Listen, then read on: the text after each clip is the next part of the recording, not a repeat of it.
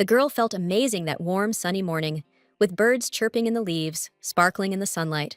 The other maids were celebrating finishing the laundry at last, and complaining about their stiff backs. Another one bragged that she'd bulked up a little these past few days, adding that their job was harder than blacksmithing. Then, feeling totally drained, they decided to take a short break, because if they went right back, they'd just get swamped again. That's when they noticed Princess Grace walking by, the one everyone in the empire thought was so beautiful. The girls wondered how happy the king must be to have a daughter, since she could wear whatever clothes she wanted. But Sienna didn't think Grace was pretty, noting that her dresses were clearly the wrong size, like 40 pounds too big. The girl explained it was like dressing a baby piglet, and suspected she was in serious pain wearing that corset. It looked like someone had wrapped the princess in a steel cable by force, and she still had to walk around and smile. The maids were amazed she could tell all that, but she didn't admit that just a few months ago, she was a princess herself. When she was born, her mom was the queen, her dad was the king, and she was little Princess Sienna Asseland von Salite. Like any other princess, she thought she'd lucked out in life. But her mom died when she was only 10. Her dad decided to remarry to strengthen the kingdom, and Sienna really missed her mom and felt super lonely. Her stepmom announced that, in the late queen's name, she'd do everything she could to make the girl a proper princess. And as Sienna got her education, she was bullied a lot. Her stepmom thought she was way too dumb for her age. Then the queen declared that from now on, for every mistake the princess made, she'd be punished with the whip. Sienna tried her best, but because of the corset and the super heavy dress, she couldn't bow properly to greet her stepmom. She felt like she was about to die, but she didn't give up. But once again, she messed up the bow, and the queen saw it as disobedience. The queen said the princess was a pain in the butt, and declared she had no right to call herself a princess, and that the king couldn't take her to banquets. She also explained that it was all for the good of their kingdom, so the little girl shouldn't be mad or angry at her. She raised the whip to strike the girl, but stopped cold when the king walked in. The princess silently begged him for help, but he just said the queen wasn't wrong to discipline a kid who's slacking off. Sienna felt lost and betrayed in that moment. She couldn't believe she was to blame for all this. All she wanted was to be happy, but she was done being a princess and just wanted out. She dreamed of escaping, remembering her mom, but knew she had to endure it all until she turned 18. By then, their castle had fallen to another kingdom, the conqueror of the entire continent. Soon, the infamous blood prince, Rashid Labizuan, showed up, the first prince of the Labizuan Empire. He announced that they hadn't answered his letter demanding surrender, so he came in person. Then, he asked if they'd surrender to him. Sienna figured this was her shot. If they gave up, they wouldn't die. But the king declared he wasn't about to serve some low-life invader, demanding they just kill him now. In that instant, Prince Rashid lopped his head clean off, declaring they were the first who refused to bow. And get this, he'd planned to spare them, kill no one. But the whole thing was so boring, it didn't even faze him. Then the princess saw him heading her way. But she didn't want to die, she was still just a kid. She couldn't believe it was ending like this, and she fell to his feet, begging for help, saying she'd do anything. Rashid figured she was offering herself as a wife, but Sienna insisted she was nowhere near ready for that, and had nothing feminine about her. She even said she couldn't compare to the kingdom's top beauties, and although she looked fearless, she really just wanted to survive. Next, the girl explained that she was super healthy, could embroider, and brew a delicious, fragrant tea. After saying all that, the princess declared she could be the perfect maid for the prince. Afterwards, even she couldn't believe she'd spouted such ridiculous nonsense, and then she looked at the prince and noticed how handsome he was. Everyone said he was the greatest warrior on the continent, but Sienna decided he was just using his charm. Rashid noticed then that her face was round and soft, like a bun made from the purest wheat flour. Then he finally agreed to let the princess work as a servant in the imperial palace, and ordered her to be untied. The girl was overjoyed to have survived this hellhole. Then she thanked the prince and introduced herself by name. She also assured him that she would never forget his kindness, while he was thinking about how he'd picked a cutie. So Sienna became a servant in the imperial palace, though she could get bummed out, wondering how she'd gotten so unlucky. But now, thanks to her, fresh bread was baked, clothes were getting clean, and the garden was becoming even more beautiful. Before, she had to wear a corset that squeezed her body all day and smile like a doll. Now her life was completely different, and Sienna even found it more fun and much more comfortable being a servant, which she thought was great. Now the girl wanted to be a maid for the rest of her life, and for the sake of cleanliness, she often did things even when she wasn't asked. The other maids figured she was trying to suck up to the senior maids and explained that she had to ask what to do first. Mostly, it was this servant girl named Jean who was pissed, telling Sienna she was just a slave from a conquered country anyway. She also made it clear this girl would never make the main maid squad and always treated her like dirt. That's when another one, Choo Choo, walked in and yelled at Jean for picking on the slow workers instead of helping out.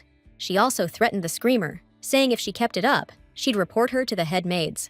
Jean backed down then, but told Choo Choo she could keep playing around with these know-nothing kids.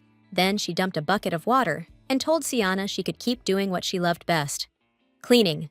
After that, everyone scattered, and Jean, who was left, advised the newbie to fight back. She explained they only messed with her because she took it silently, but Sienna had no clue others were even bothering her. See, for the former princess who'd been bullied her whole life by the new queen, this kind of grumbling seemed kinda sweet.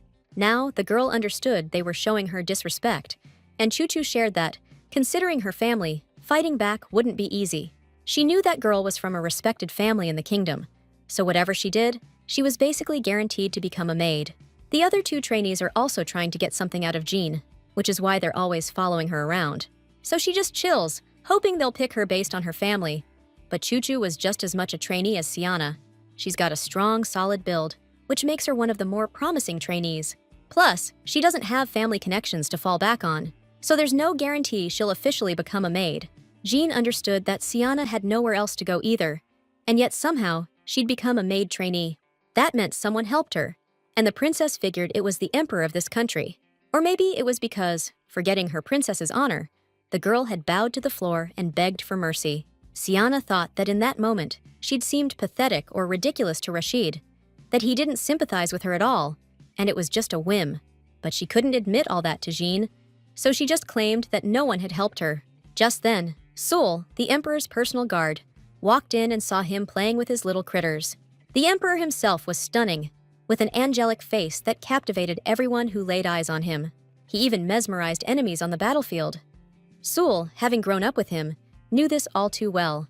He asked the guard how that girl was doing, and Sul reported that she was doing fine. He added that Sienna wasn't used to physical labor, so she's a bit lost, but she's smart and learns fast. Still, it'll take time for her to become an official maid. Sul wondered why Rashid was so worried about her. He didn't even know himself. He figured he just felt sorry for her, since he destroyed her country and killed her family. The guard was surprised. He'd destroyed so many lives, so why was he even thinking about it now?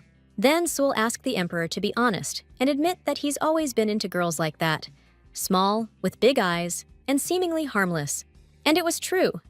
Rashid, the so-called bloody emperor, this cruel and handsome man just adored animals. Sul was still blown away every time he saw it, and the emperor admitted Sienna did have something similar to them. He even said he hoped she'd become an official maid, and they'd find her a good position. But Sul argued, you can't just promote a maid trainee whose skills haven't been proven to full-fledged maid status. Rashid agreed, and decided they should test her abilities themselves to see if she had any potential. The maids headed to lunch, which was meatless again, but Sienna said they shouldn't be focused on proper eating etiquette. She claimed they could eat as much as they wanted now, but the others figured she thought that way, because she was from another country. Sienna also thought it wasn't necessary to keep up a conversation, so this place and position seemed like paradise to her. Jean even joked, asking how she could eat such garbage, and the girl realized she was being made fun of again. Sienna figured she should cry after words like that, but she just kept a straight face. Jean didn't get what was up with this girl, and why she thought everything was normal, saying it wouldn't make her cool. Choo Choo thought that girl, being from another country, should worry more, and then yelled at the grump for always picking on the quiet one. But Jean pointed out that she'd defended her before, then reminded her that she was in charge and to pay attention to the vibe. Then they got into this back and forth that reminded Sion of a grizzly bear wrestling a hyena. Just then, Miss Lip, the etiquette instructor, walked in and immediately asked what was going on. Seeing two students arguing, the two of them instantly clammed up, and Lip ordered them not to cause trouble in front of her, no matter how bad they wanted to fight. Then she announced that an official document had come from above, and that a tea ceremony would be held in a few days. All the students, along with Lip, would be serving the guests who came, and it was important to follow strict etiquette and not make mistakes. A maid from the main staff would also be working with them, but the girls started wondering who would be at the tea ceremony. They guessed it would be the wife of some big-shot aristocrat, or maybe a beautiful princess from a neighboring country. But Lip explained that it was women who grow fruit for delivery to the palace who were coming. The fruit they've been growing for the palace for years now is seriously incredible. And this tea ceremony is to show our gratitude. Plus, there's training in the morning before the tea party. So everyone needs to meet in the garden right after they wake up, and Sienna was stoked she got picked for this gig. Jean, though, was pissed she had to wait on some old biddies, and thought this job was perfect for the newbie. Then she snarked that Sienna wouldn't even be at the reception if it wasn't to service those ladies. The ex-princess understood that those ladies were just working class, which is why they trusted maids to serve them. It didn't require special care. Otherwise, they'd have sent the official maids to the reception. But it still seemed weird. The next morning, Lip started teaching the apprentices tea etiquette. And first of all, they can't forget they're in the imperial palace. The girls gotta learn this right, so they don't embarrass the imperial family. Choo-Choo was happy that even though the official work hasn't started yet, she was already allowed to try herself as a maid. She said she'd give it her all, but worried her drive and skill levels might not match up. Then she started pouring tea, and Lip corrected her, reminding her not to splash drops everywhere. The other trainees teased her, calling her a muscle-bound idiot, saying tea wasn't the beer her minor dad drinks.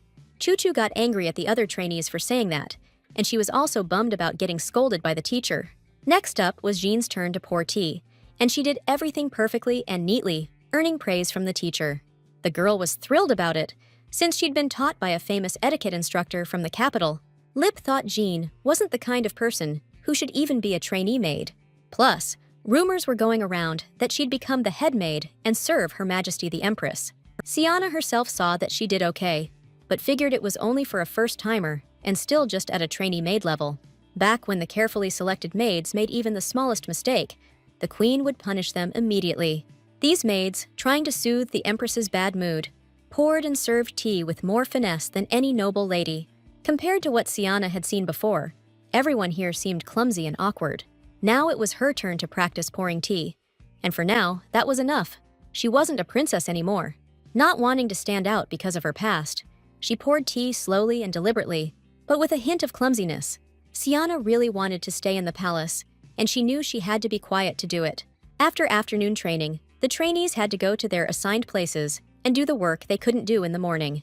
That meant cleaning the palace, stoking fires, and washing dishes. But everyone managed. Then they brought out a snack made from leftover bread, considered a treat for the starving trainee maids. Sienna was grateful, thinking it was worth working in the kitchen for this, and was glad they'd been assigned here. Suddenly, she noticed Choo-Choo acting strange today and barely talking, so she offered her some food. So, she asked the former princess if it was tough learning from the maids. Sienna said they weren't really harsh, and admitted she was even a little jealous. The princess remembered that Choo-Choo got the most flack during the tea lesson today, which is probably why she was so upset. Before, this student was always praised, but today was the first time this happened, and she took it way too hard. Turns out, this was also Choo-Choo's first real test, and she admitted Jean was right, and she'd never actually had tea. Plus, she has zero experience that could help her, and everyone noticed she was the worst at it. Now, Choo-Choo was scared the guests would be mad at her, and Sienna decided she had to help this girl out. So, she offered to practice together every day during their break. Just the two of them. Choo-Choo was thrilled, hoping she'd teach her everything, and thought she was incredibly kind. After that, they started practicing every night, and Sienna explained that first, you gotta boil the right amount of water. Alright, next you gotta throw a spoonful of tea leaves into the warmed-up teapot and then immediately pour boiling water over 'em. After that, strain it through a tea strainer. And I should mention, to become a pro at this stuff, you need a ton of practice. Over time, Choo-Choo was getting better. Not perfect yet, but she wasn't messing up the order or spilling tea anymore. Sienna was now relieved that Choo-Choo definitely wouldn't be accused of mistreating the guests, and not a drop would go to waste.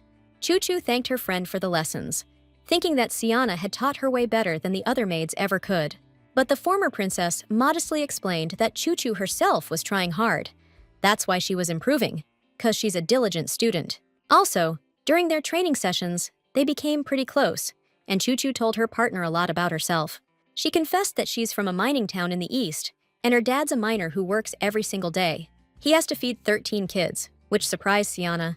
And Choo-Choo added that they're a really close-knit family, but it's tough for them to make ends meet, which is why she applied for the maid job, to help her dad out. She admitted official maids got paid way better, and she wanted her little siblings to eat meat every day. Then Choo-Choo started asking Sienna how she ended up here, figuring her story was probably complicated since she came from overseas. That's when the girl confessed she used to be a princess of a tiny kingdom, and the crown prince assigned her here. He explained he felt bad for her, since she'd lost her country and her parents. Choo-Choo couldn't believe Sienna was talking about the Rashid, the bloodthirsty prince who never lost a fight. Even more unbelievable was that a former princess had actually met him. Sienna suddenly remembered overhearing stories from the maids as she walked by, and realized he was a big deal. The girls whispered that His Royal Highness the Crown Prince was even more stunning than a statue. They gushed about how his silver hair shimmered in the sunlight, and his violet eyes were as bright as the Milky Way. Then, Choo-Choo confessed to the princess she just dreamed of seeing the prince, and Sienna confirmed he really was gorgeous. Then she wanted to know if he really was a cold-hearted bastard. Despite being so damn good-looking, Sienna confirmed it too, saying he'd wiped out her entire family. And that's when Choo-Choo apologized for blurting that out without thinking. The princess still couldn't bring herself to talk about her true feelings and insisted she was fine, since those people had made her life hell. But then Choo-Choo was like, "No way, that's messed up." She couldn't believe she was okay with it, considering the prince murdered her whole family. But Sienna just repeated herself, explaining that it had been a long time, so there was no reason to get so worked up about it. Choo-Choo still knew she was only saying that to keep her from feeling guilty. She also pointed out that the former princess was super kind, then hugged her and repeated it a few more times. From that day on, Sienna's attitude toward her friend totally changed, and Choo-Choo started treating her differently too. One evening while cleaning up, Jean snuck up on the princess, trying to scare her. But Choo-Choo stepped in front of her like a mama bear, warning her not to even think about saying anything out of line to Sienna. If Jean disobeys, the protector threatened to stretch her face like cheese and wrap it around a pole. She got freaked out, but immediately started making excuses, saying she just wanted to know what time it was, and left. Besides, Choo-Choo always brought Sienna food for no reason, and urged her to eat, saying she still needed to grow. She mostly got the princess sweets, explaining that they were way sweeter and tastier than crusty bread. At the same time, Choo-Choo hated the prince for leaving the little girl without a family, and thought he was a total scumbag. The maid wished all sorts of bad things on him. Mostly it sounded childish, but she said it with all her heart. Sienna even felt a little sorry for the crown prince, who she hated. But it was also nice to have someone on her side. Anyway, since he's in such a high position, he probably hears people bad-mouthing him a bunch of times every day. At that moment, Rashid received a letter from Baroness Appleton, and Sol asked him what was wrong, noticing the prince scratching himself. But he just explained that his ear was itchy, and even remembered the superstition that someone was scolding him at that very moment. Sol shot that down, saying if that were true, the prince would have been rolling around on the floor for years, scratching his ears raw. Then he noticed a chipmunk munching on an apple, and remarked that it must taste pretty good. Rashid agreed, saying the Appletons had the best apples, and the guard pointed out those farmers never got an invite to the palace to be thanked. Then he suggested the emperor throw a reception. Plus, he could use it as an excuse to check out Sienna. The prince liked that idea and decided to reward the guard by letting him play with his adorable pets for half a day. Sol still refused, and Rashid declared he just didn't understand how cute his little darlings were. Then, he read a letter and shared with the guard that the Baroness would also be happy to join the tea party. The maids went through all kinds of training because the imperial family's status couldn't be lowered by a servant's mistake. At the same time, they had to clean up the uneven lawn and arrange the tables based on the number of guests. On top of everything, Sienna added hydrangeas she'd cut that morning, so it wouldn't look too monotonous. After that, she decided to enjoy the view for a bit, and Choo-Choo filled her in on the gossip. She confessed that it wasn't just farmers coming to the tea party, but also Baroness Appleton, the owner of the orchard. Now, Sienna understood why everyone was so hyped up. Besides the guests, they wanted to impress the Baroness. The girls also noticed Jean looked extra gorgeous today, even switched up her jewelry and makeup. Choo-Choo thought it looked kinda trashy, and Sienna doubted that would impress the Baroness. Her friend guessed it was because this was Jean's first guest, then admitted she dolled herself up a little too. She was also worried about everything going smoothly, but Sienna told her not to sweat it, since she taught her to be a maid for a reason. There wasn't much time left before the doors opened and the guests arrived, and the maids braced themselves to greet them. The guests were surprised that this was the imperial palace. One of them even wore her best dress. After the greetings, the maid trainees led the guests to the table, but Jean remained standing still. The other girls couldn't figure out why she was being so extra, but they had a hunch she was trying to score points with the Baroness. Even while serving, the place reeked of high society, and the guests were already gossiping about the maids. Still, the banquet couldn't start until everyone arrived, and the Baroness herself showed up last. The trainees were stoked when they saw her, especially Jean, because the Baroness was seriously gorgeous. A maid instantly rushed over, giving her the VIP treatment and thanking her for gracing them with her presence. Jean's face went totally psycho for a split second from the nerves, and she knew that anyone who saw it would bolt. She managed to keep it together, though, and asked the madame to follow her, then led her to her reserved spot. Xian caught a whiff of a sweet, expensive rose scent coming from Appleton, even though she thought they were just some backwater nobles. The ex-princess also noticed that this woman was seriously stunning. She'd always wondered what the Baroness looked like, and now she was even a little jealous of Jean. The other guests noticed another arrival, but Siana couldn't quite make out who it was yet. But she soon saw a hunched-over old woman approaching, so hideous that nobody wanted to serve her. The banquet still hadn't started, waiting for the last guest, so Siana went over and greeted the old woman. The girl understood that no guest could be ignored, and then offered to escort her to a table. Each table seated 3 or 4 guests, and they were served by a single maid. And after all the guests were seated, it was announced that the imperial banquet could now begin. The guests chatted about being in the imperial palace, even though it seemed like a normal tea party. They even admitted, thinking they'd spend their lives picking apples and never experience this kind of luxury. Siana overheard their conversation and realized they were just talking about everyday stuff. There was no talk of state affairs, which made the atmosphere pretty chill. But the ex-princess was all about service and soon presented the guests with their dessert for the day. Popping the lid, she explained it was chocolate made from Kana cocoa and suggested they just eat it and savor the flavor. The ladies were surprised they were being served chocolate usually reserved for royalty. Apparently, it's so sweet. Even the prince himself would stop complaining once he tasted it. Then the women started chatting about the dessert, each popping a piece into their mouths. Immediately, a pleasant wave of sweetness washed over them, and they realized it was unbelievably delicious. The chocolate just melted in their mouths, and they started worrying that the sweetness was disappearing so fast. Siana knew that for first-timers trying chocolate, that kind of reaction was totally normal. The ex-princess also noticed that the old woman had quickly finished her dessert and was now just wiping the remnants from around her mouth. Then, a maid approached her and offered a napkin, understanding she was uncomfortable because she'd also gotten it all over her hands. The girl offered to get her something else, but she just turned away, refusing. Then the other guests remembered they had handkerchiefs too and started offering them up. They also figured that the maids, used to serving noble ladies, must feel awkward waiting on the likes of them. But Siana explained everything was fine, that they were all her honored guests, and then asked them to enjoy the tea party. After that, the girl offered to pour the ladies some Ingrid's Earl Grey, hoping they'd like it. But she also added that if they preferred something else, they should feel free to let her know. The guests agreed and were soon tasting the delicious tea, realizing it was the kind the royal family drank. Then, one of the ladies couldn't quite put her finger on what made this tea different from what she drank at home, and the old woman explained that to really understand the taste of food or drink, you had to take small bites or sips. The ladies also understood that the Baroness was the only one who knew that, but also knew that she was the guest of honor today. So, Siana figured not everyone knew the Baroness, and decided to clarify. And they explained Appleton Namjik had recently gotten married.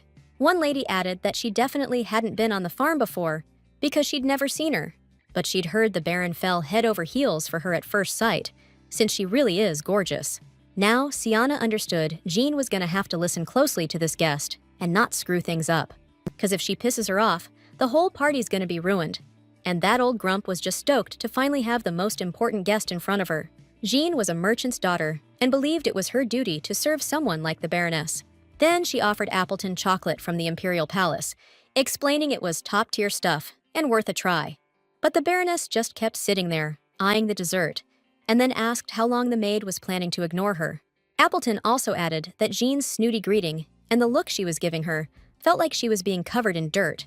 She was even putting up with the sight of the dessert, and then she declared the maid had poured her tea terribly. After that, the Baroness wanted to know how long she had to put up with such rudeness, and Jean just offered to pour her more tea. The maid was sure she hadn't messed anything up. She'd trained with a noble family, and the other maids always complimented her. The Baroness also pointed out that the maids at the Imperial Palace were usually top-notch, but something still felt off. Then she remembered that maids who screwed up got seriously punished.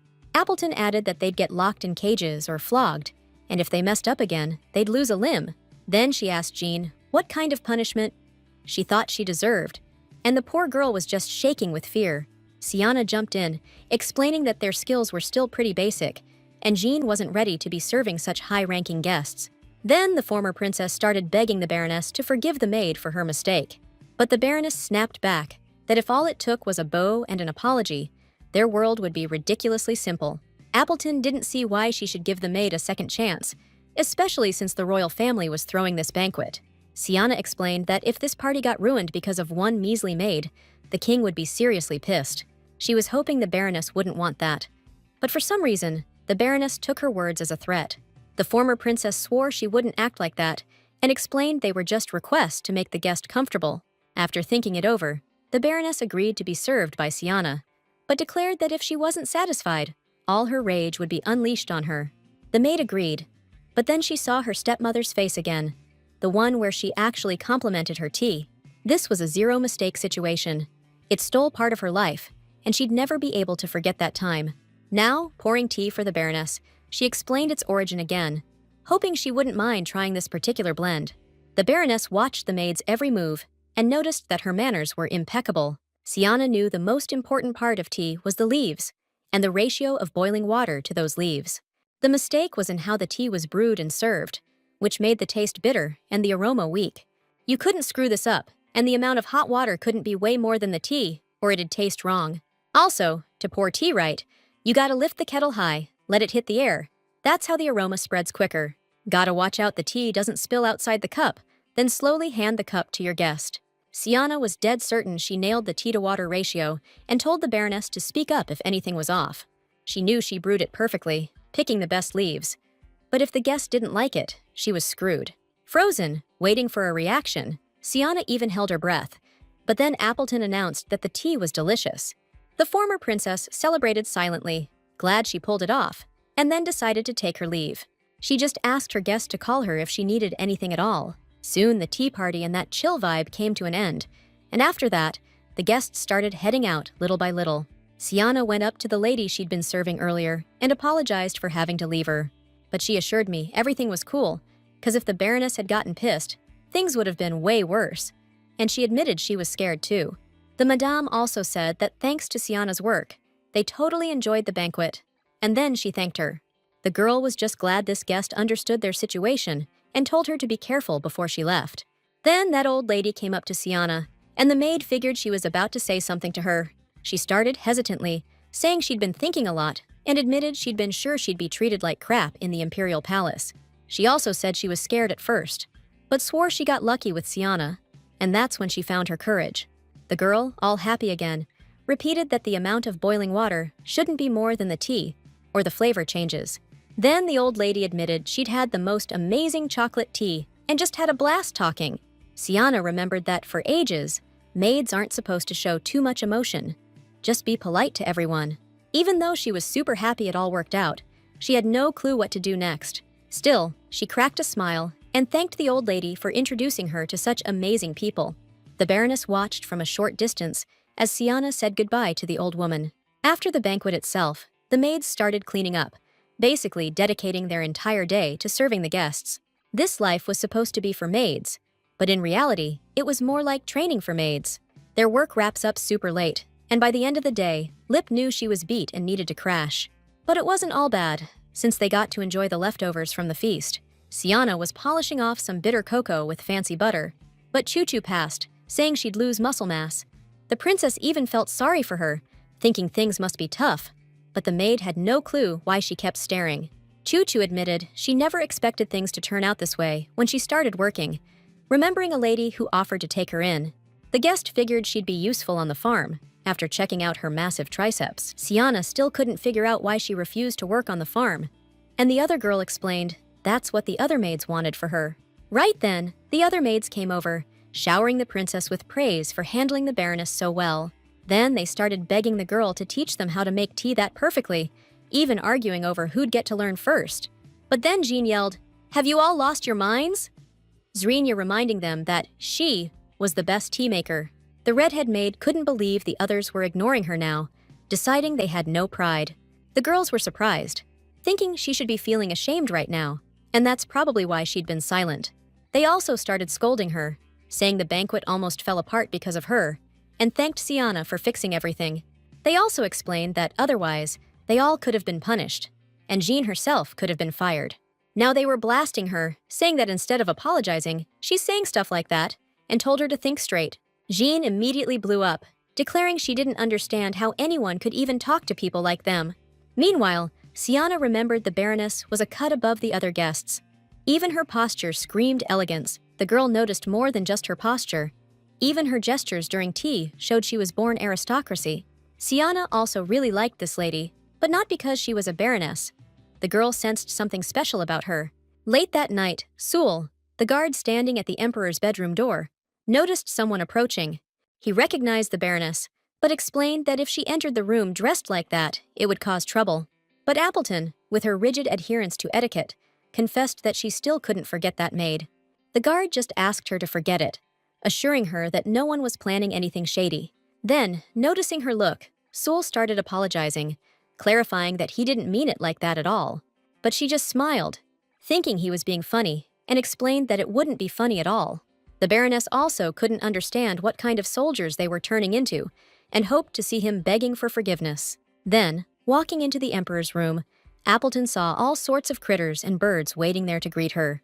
The Baroness didn't care how it looked. She just really liked them. Then a little bird flew over and landed on her hand. Just then, Sul called her Your Majesty and explained that he already had a bath prepared.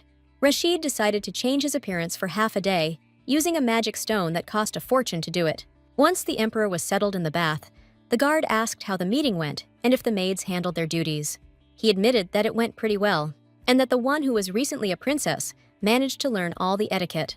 Still, Rashid was bothered by how she held the teapot, and that she didn't look him directly in the eye. Even so, he thought it was wonderful, and everything was done exactly as it was written in the maid's etiquette manual. The Emperor found this girl pretty interesting, and the guard couldn't understand why he was even thinking like that. Saul knew that he usually hated stuff like that, and now he didn't understand what was up with His Majesty. A lot of people noticed the Emperor started being kinder, more approachable, and the girls even had the nerve to ask what his type was. Rashid couldn't give a straight answer, just mumbled something about liking cute girls who win you over with their smiles. His Majesty's changed so much, it's almost weird the way he looks at his people now. The guard also figured the princess had settled in, and maybe being a maid was her calling. Sol also noticed the Emperor only ever talked about her, never about getting married and having an heir. The guard started to suspect His Majesty planned to make this girl more than just a personal servant. Then, he reminded Rashid that Siena was from the country he conquered, and if he was planning anything shady, it would end in disaster. He explained he was just testing her abilities, then confessed that he thought she looked stunning. Meanwhile, the princess found a rip in her apron and decided to fix it real quick, since she'd been doing embroidery since she was 5. While the maids were gawking at how fast she did it, Lip walked in and announced that Siana had a visitor. The teacher said Baroness Appleton wanted to explain something to her. That's why she was here. The girl was confused. The tea party had gone well. She figured she must have screwed something up. On the way, she ran through a million scenarios in her head, but couldn't figure out where she went wrong. Then she walked into the hall, and the Baroness immediately apologized for showing up unannounced. But then she stood up, and Siana was shocked to see it wasn't the Baroness, but that old lady. She then apologized to the maid and decided to introduce herself, explaining that she was Mark-Delina Appleton. The old woman also stated that Siana had made a good impression at the tea party, then greeted her again.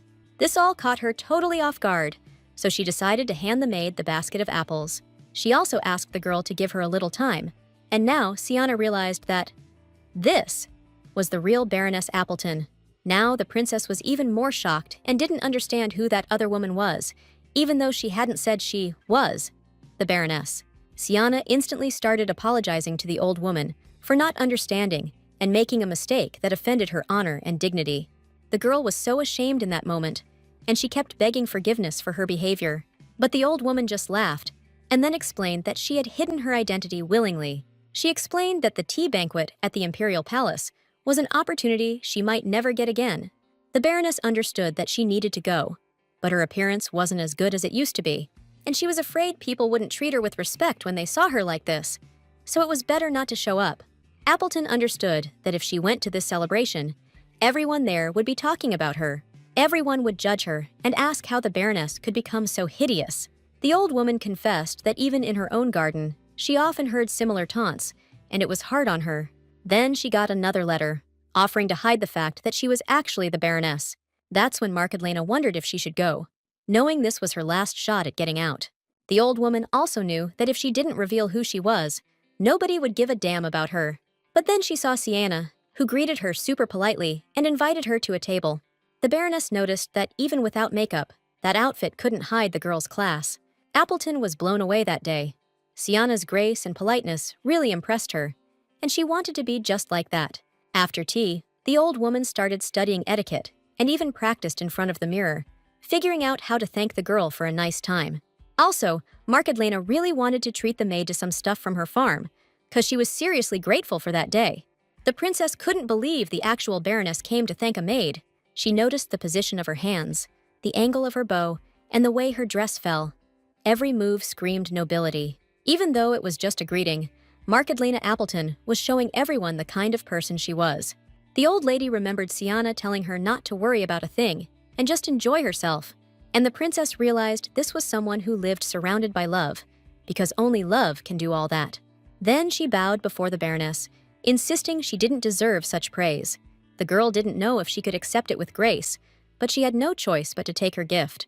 Holding the basket of apples high, Sienna declared she'd always remember the fruit the Baroness gave her. Then she shared the apples with the other maids, and one started wondering why Snow White ate a poisoned apple.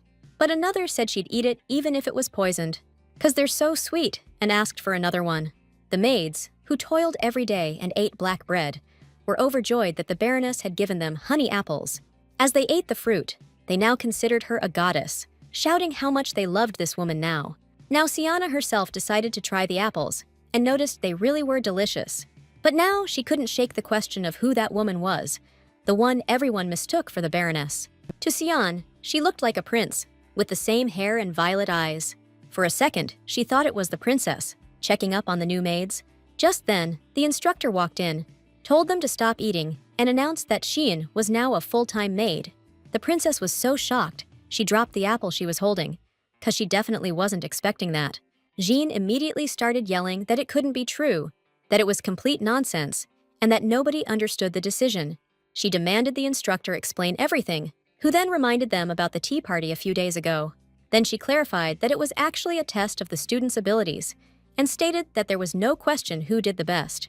After that, Lip declared the topic closed and ordered Sion to be at the Ruby Castle at dawn.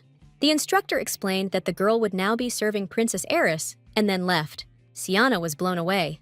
All the other girls wanted to be head maids, but she showed up last and got picked first.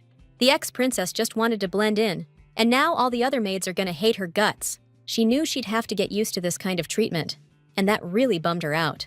But then she heard her friends congratulating her, saying she was finally free. Some even admitted they were jealous, but still happy for her, and Sienna realized she was just being a downer for no reason. Still, she was a little bummed, but if she hadn't stepped in, that tea party would have been a total disaster. The girls also confessed that even though they wanted to be head maids, they weren't about to turn into jealous jerks. Besides, she hooked them up with those amazing apples, and then Sienna thanked them for their support. She saw completely different people in them, nothing like the snakes she knew back in the kingdom, and promised to bring them treats with her first paycheck. And of course, Jean just had to chime in with her complaints, insulting the other maids while she was at it. She was saying they were totally nuts, that it was weird Sienna, with her shady background, got promoted so fast. But Choo Choo stepped up, told Red that she was full of crap, and Red felt her whole body start to tremble. Still, she had enough guts left to threaten to tell her daddy everything about the others. Then she stormed out, and even though the girls thought her behavior was awful, they were happy, 'cause now they'd get more apples. Jean yelled at everyone, but the maids quickly forgot about it with the tasty food and the chatter. Sienna was glad she didn't have much luggage, even though she never expected to be going anywhere from here. But starting tomorrow, she'd be the head maid of the Imperial Palace, and honestly, that's better than being a princess. She was thinking that even though she was super tired, it was a good job, and then someone knocked. It was Choo Choo. and Siana figured something was up, but she explained that nothing bad had happened. Then the muscular maid handed the former princess a hairpin, explaining that she wanted to give her a gift for her promotion. She also explained she grabbed it last minute because she was short on time, but hoped I'd dig it. Choo Choo also said maids are allowed to doll up a bit, and told me not to think she was any less than anyone else. Siana knew the junior maids barely made anything, and this girl bought her a gift, blowing her savings. Noticing her friend's pensive look, Choo Choo guessed she didn't like the present. Then she said she asked them to pick the prettiest one, but that's when Siana jumped on her with a hug. Then the ex-princess thanked her, saying it was an awesome gift and she totally loved it. Around Choo Choo, Siana always felt warmth and knew she'd miss her, but believed everything would be all right. In the morning, Lip asked one of the maids if Princess Grace had her own personal maid. The girl said that was her, and explained she asked to be transferred here because it was unbearable there. She knew it seemed crazy to outsiders, but only those who'd been there knew what was messed up about that job. The maid was all, "I'd rather scrub floors and run errands," and figured no maid on earth could ever please that princess. She remembered how awful it was in that palace and swore there wasn't a single person in the whole empire who could handle it. A little later, Siana finished getting ready, believing her future would be way better than when she was a princess, and prepared to leave.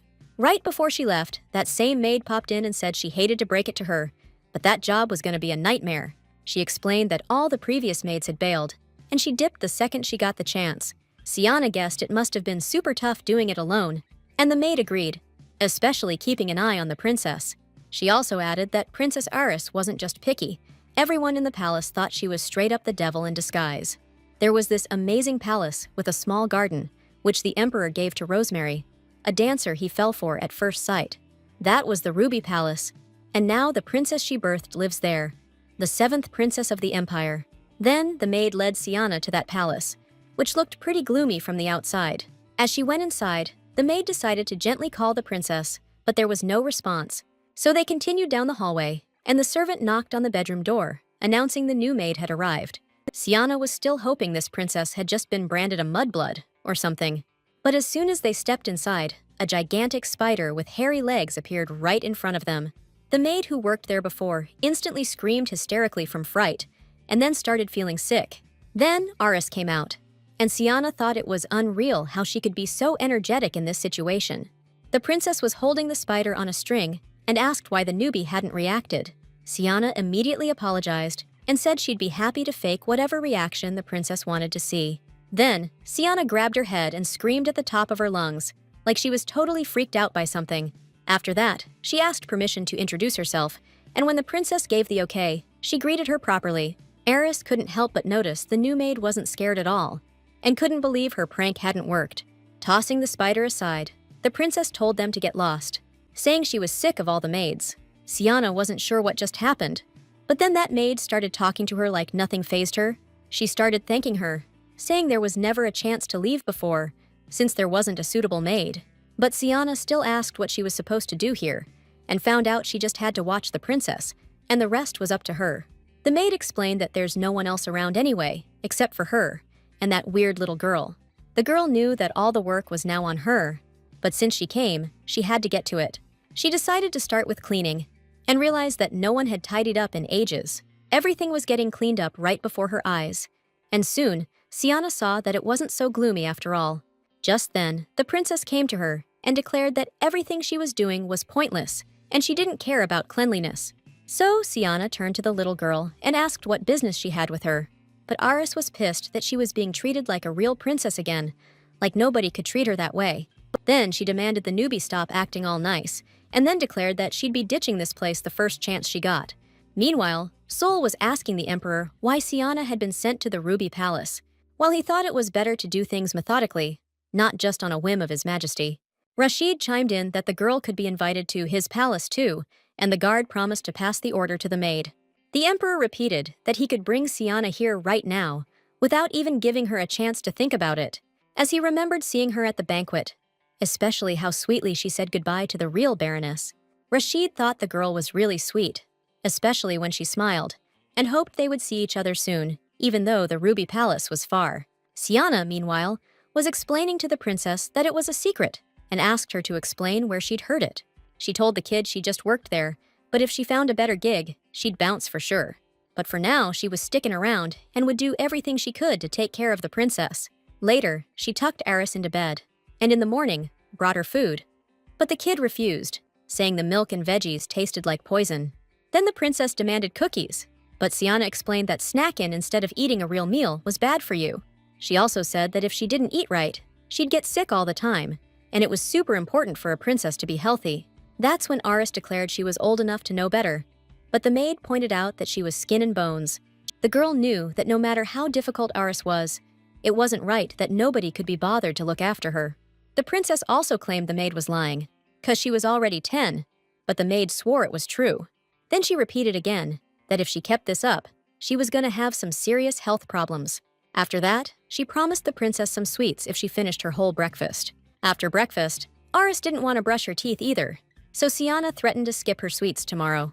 The next day, the maid opened the window and saw it was an awesome morning, the sun practically begging to come inside. But the princess was still lounging in bed, all bundled up in the blanket, and even decided to ditch breakfast.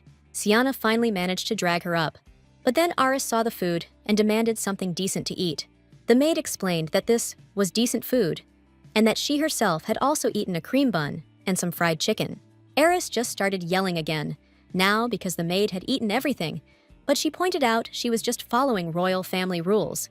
She also added that after mealtime was over, any food that was left over was for the servants. Now Sienna felt pretty full, and she'd also found a way to get the picky kid to eat. If you make a kid hungry enough, they'll eat anything, and the maid was just scarfing down all her food. The girl remembered being locked in a room for days without food, and now she was executing her plan perfectly. The whole point of this plan was also to find out the princess's favorite food, and she ended up scarfing down the whole salad.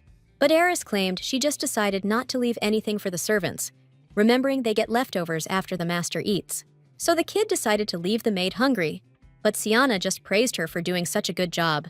At the same time, the maid stroked Eris's hair, pretending to apologize for her rude behavior.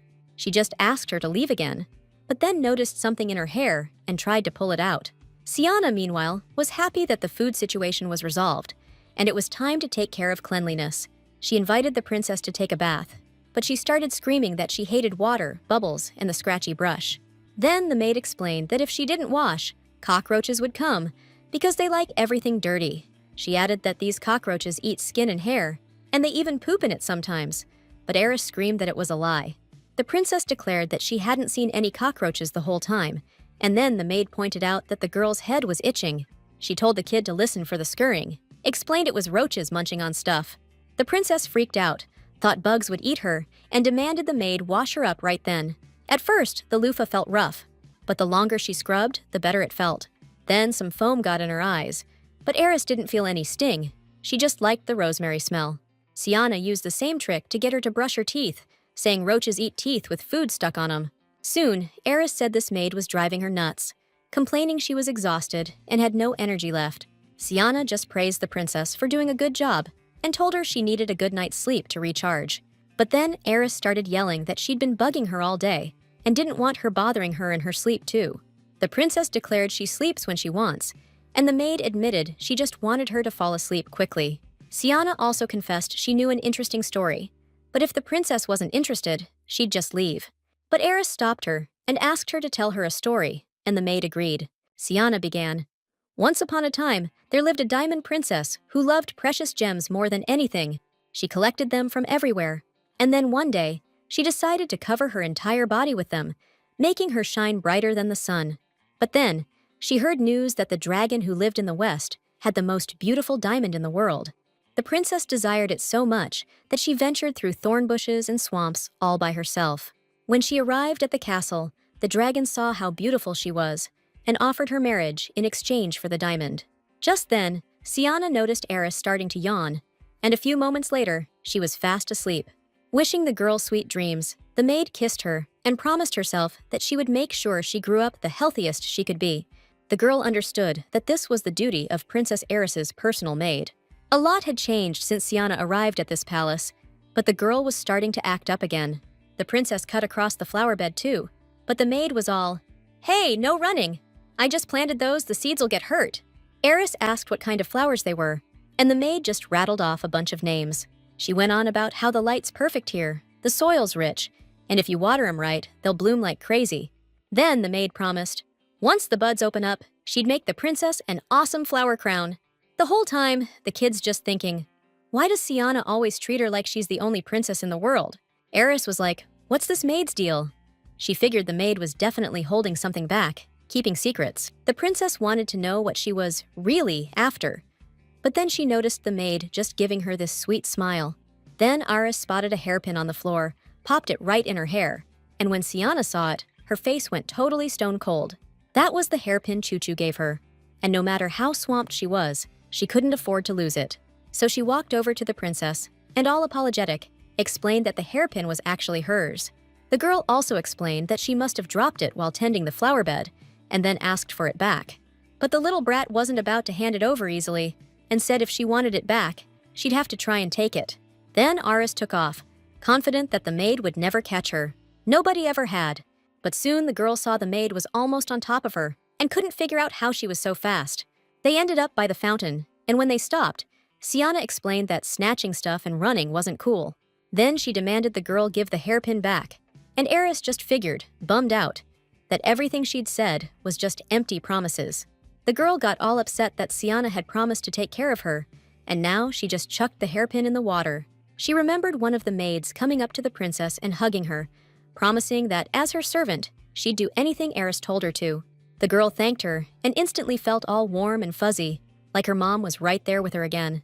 And then that maid got arrested, accused of stealing stuff from the palace and selling it, and she'd have to answer for it in court. They were dragging the maid away, and she kept begging the princess for help, but all she said was, "It's an order." The next maid packed her stuff real quick too, and straight up told the princess she was useless, like, totally worthless. After that, the girl was all alone, and it hit her. She wasn't a princess, not without her mom. She was nobody. Even with that messed up family history, she never thought she was completely useless. But even her nanny bailed, because she was too picky. Now Sienna was in front of her, supposed to be serving her too, and that's when the girl woke up. She knew it was just a bad dream, but the truth was, everyone leaves her. And when she didn't see Sienna, she figured she was gone too. Eris figured she'd packed up her stuff last night and left, so she wanted to know in advance if she'd be abandoned, so it wouldn't hurt so bad. Just then, the maid walked in, reciting some goofy poem, and noticed the princess was up super early. But seeing the weird look on the girl's face, she knew she'd had a nightmare, and told her she could go back to sleep. Sienna also explained to the kid that when you're sleepy, you don't feel hungry, so your digestion just shuts down. But Eris just couldn't believe they hadn't abandoned her, not even after everything that happened. The princess immediately ran to hug her, and then confessed that she really hadn't wanted to do what she did. The little girl also apologized, and begged the maid not to hate her for throwing away the hairpin. Sienna assured her that everything was okay, but Aris still couldn't believe it, and the maid explained that little kids sometimes do things like that. At the same time, the girl admitted that she was happy the princess had sincerely apologized. The girl also confessed that she knew how unpleasant the palace was for Sienna, because there were so many chores, and she was all alone. And then she suddenly promised the maid that she would help her with everything, and also obey her and share her candy. Aris was ready to do anything, just so this maid wouldn't leave her, and Sienna agreed to help her grow into a worthy princess. From that day on, the princess really changed a lot and helped out, watering the flower beds or trying to clean the rooms. The girl was worried that it would be hard for the little one, but she didn't give up, and she was actually doing pretty well. Sienna kept trying to get through to her that kids have more important stuff to do than cleaning and laundry. The maid clarified to the princess that she meant studying, and the kid even got upset. But Sienna reminded her about promising to be a good girl. The servant explained to the girl that she didn't have to know hard subjects yet, but her handwriting had to be perfect. Then she went to grab a pen and paper, but when she opened the drawer, she noticed the stuff she needed wasn't there. The maid promised she'd find what she needed real quick and be right back. Then she asked a clerk to give her some pens and paper, but he refused, saying he couldn't just hand that stuff out to anyone. Sienna explained it was for the princess's lessons, but he'd had maids try to pull that for the princess card before. He also told her that if she needed anything, she had to get permission from the emperor himself. The girl knew no one would give her permission, and she almost lost it. And that's when Aris asked if she should tell Rashid's brother. It was only then that Sienna remembered the crown prince, and then she wondered if they were close. The princess said he got along great with her mom, but wasn't sure if it'd be the same with her. The maid figured if Rashid got curious, he'd bite for sure, so they had to give it a shot. Then she suggested the princess write him a letter. And before you know it, he shows up asking how they're doing. Eris was also clueless about why he was there, saying all he had to do was send confirmation. Rashid explained he got the letter, that his little sister needed help, so he decided to deliver the confirmation himself. He also pointed out that when you have guests, you greet them and offer them a cup of tea first. The maid immediately apologized, saying there wouldn't be any tea since they were out of tea leaves. But the prince told her not to sweat it, saying he brought everything, and telling her the brand, asked her to make it. Siana never imagined she'd meet the emperor in the imperial palace like this. Plus, she noticed Rashid was staring at her, and she wondered if he even remembered her. After seeing, she also noticed how he held the teacup, and those movements seemed really familiar. The princess loved the tea, saying she'd never tasted anything like it, and complimented that it wasn't even hot. The girl explained it was because of the prince's tea leaves, but he said the princess's tea was delicious too. At that moment, the girl thought the emperor remembered her, and the little princess also felt like they knew each other. Rashid was surprised Sian hadn't mentioned him, then admitted he'd hired this girl as a maid and sent her here. Eris started asking why he did that, and her brother explained that he thought this maid was a cutie. Just then, a guard approached the emperor and reminded him about the upcoming royal visit, so they needed to leave. Rashid was bummed he didn't even finish his tea, but Sol pointed out he'd emptied the cup, looking surprised. Then the prince handed his sister a document, and she asked how she should pay him, but he insisted the cup of tea was enough. Afterwards, His Majesty thanked the maid for brewing the delicious tea, and she, in turn, thanked him. That's when Eris told her brother to back off someone else's maid and demanded he get lost. The prince finally admitted he'd try to be less pushy, and after he left, Siana realized just how close the sisters were. But the little princess shot back, saying their relationship was actually awful. The maid also noticed the princess had a good talk with her brother after getting that document, but she claimed it was just a small deal. The girl also explained that even though her brother agreed, he put her in major debt since they're competing for the throne. Siana had previously thought the crown prince was the sole heir to the empire, but a lot had changed. This also meant the power struggle between brother and sister was still on. Eris was feeling pretty good right now, even though she has no family or mother to support her. The girl also confessed she didn't want this fate for herself, but at the same time, she's glad she can take on this challenge from destiny. Now, Siana understood she was wrong when she initially thought the brother and sister got along well. If they actually cared about each other, she wouldn't treat the princess's feelings like they're nothing. Siana knew being a princess sucks in every royal family, and you gotta ditch your childhood to be throne-worthy. She wondered how she could handle that weight all alone. And then Eris asked if she wanted more tea. The maid was also thinking back to when all she wanted was a simple life in this crazy world. Meanwhile, Sol was grilling the prince about whether he was into Siana, and he said her big eyes made her look like a squirrel. Then His Majesty started thinking about snatching the maid for himself, and asked if the guard had noticed any changes around the palace. He admitted it was noticeably cleaner, and he'd seen Princess Eris looking way better than before, too. They both agreed the maid was doing a good job, and then the prince shoved Sol, 'cause he was being a drag. Rashid also said he was stoked Eris finally opened up to Siana, and that she doesn't judge people based on their title or power. He also pointed out the maid's down-to-earth and good at connecting with people, even though that's not enough to earn real trust. Then, His Majesty remembered how his sister, when she was still in the womb, was just as restless. Rosemary even let him touch her stomach, and he could see for himself how much that kid kicked. Rashid then added that everything that was cute stayed in Aris, while admitting that he liked the tea Siana brewed. Meanwhile, the maid asked the princess if His Majesty would be visiting them often now, but she didn't know. After a while, Siana ran into Choo-Choo near the warehouse, and the girls were really happy to see each other. Strong Girl noticed that her friend had gotten a little pale, and she in turn noticed that Choo-Choo had gotten bigger. She confessed that she was training a lot now to bulk up her body, and then asked how Siana was doing. The girl adjusted the gifted hairpin, which she had again, and told her a little about herself. Recently, the Emperor visited her and Eris again, deciding to just drop by on his way. He also brought them a cake with lots of filling and chocolate, declaring that it was for the princess. After that, he asked Siana to take care of him today, and the girl couldn't disobey his order. While she was brewing some delicious tea, Aris decided to wait so she could have the cake with it. When everything was ready, the princess noticed the dessert was super tasty, and she thanked her brother. Then the little kid declared that it was unfair to pay for her testimony with just 2 cups of tea. So, she asked her brother to grant her another request, explaining that she'd recently dropped a maid's hairpin in the water. His Majesty understood what his sister wanted and promised he'd do it for her, and Siana, overhearing, was actually a little surprised. Soon, the servants drained the fountain so the bottom was visible, and then they started looking for the lost item. Choo-Choo couldn't believe that 100 soldiers were working on this, but Siana assured her that was exactly what was happening. And even before that, the maid had received another confirmation from the prince because she needed to sew some new clothes for Aris. She needed high-quality fabrics for this, and when the storekeeper saw the prince's seal on the letter, he was totally shocked. So, she pulled it off, because she knew maids needed serious endurance, and she buckled down and got it done. That night, when Siana was hauling the fabrics back, she thought someone was pushing from behind, giving her a hand. But when she turned around, she saw Emperor Rashid standing there with a genuine smile on his face. She immediately apologized and greeted him, not realizing it was him, and he asked why there were so many things on the cart. His Majesty then asked the maid to look up and explained he just wanted to help, but she didn't understand why.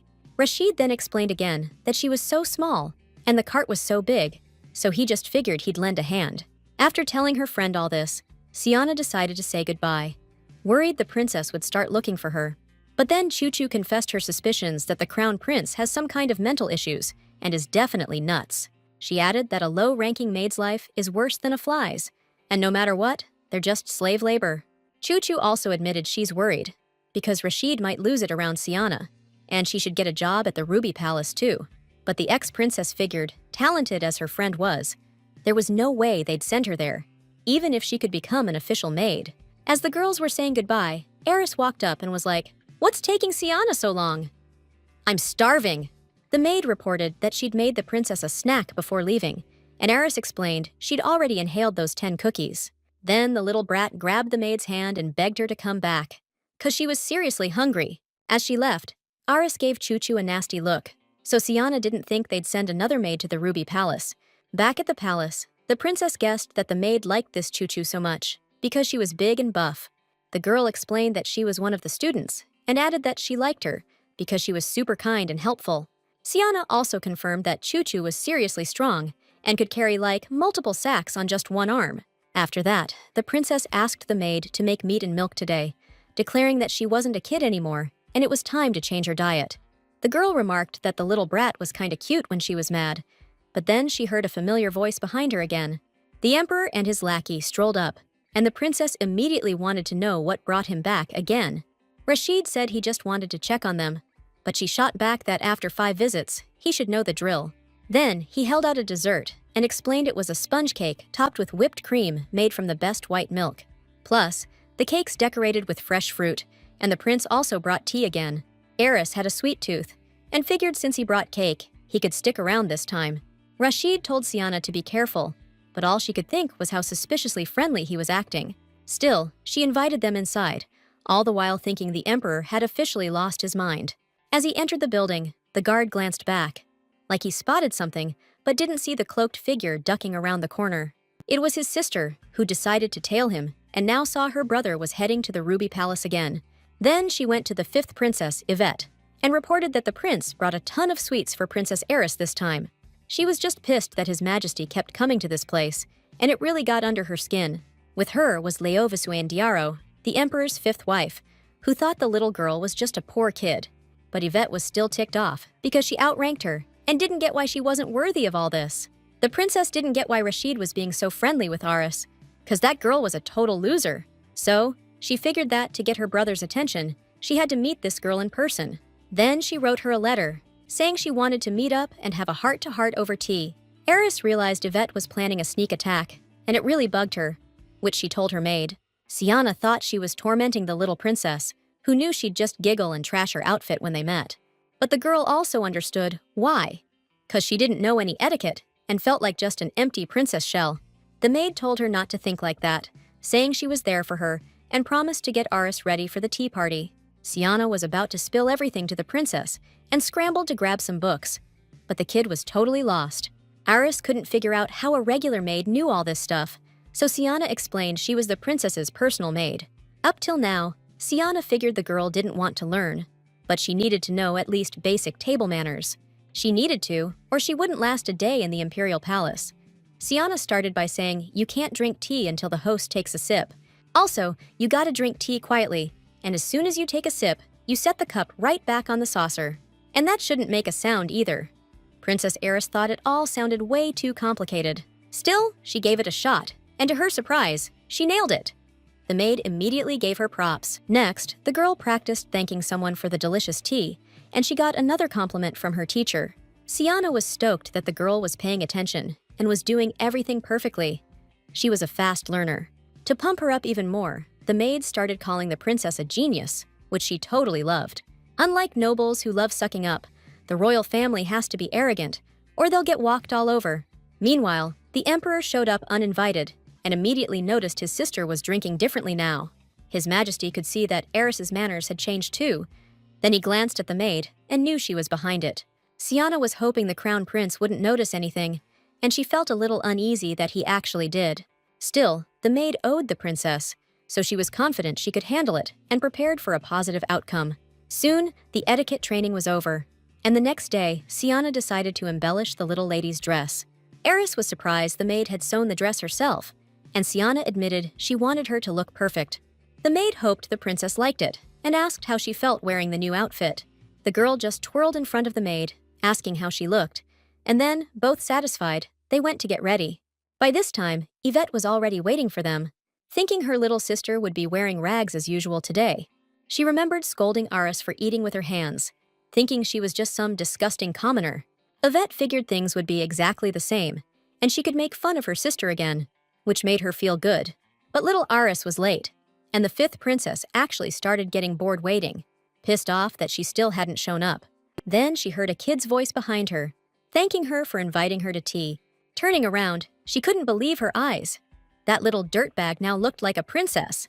Siana chimed in, saying Aris looked gorgeous, like a fairy from some mythical fairy tale. She was just basking in her own beauty, convinced she was beautiful because she looked like her mom.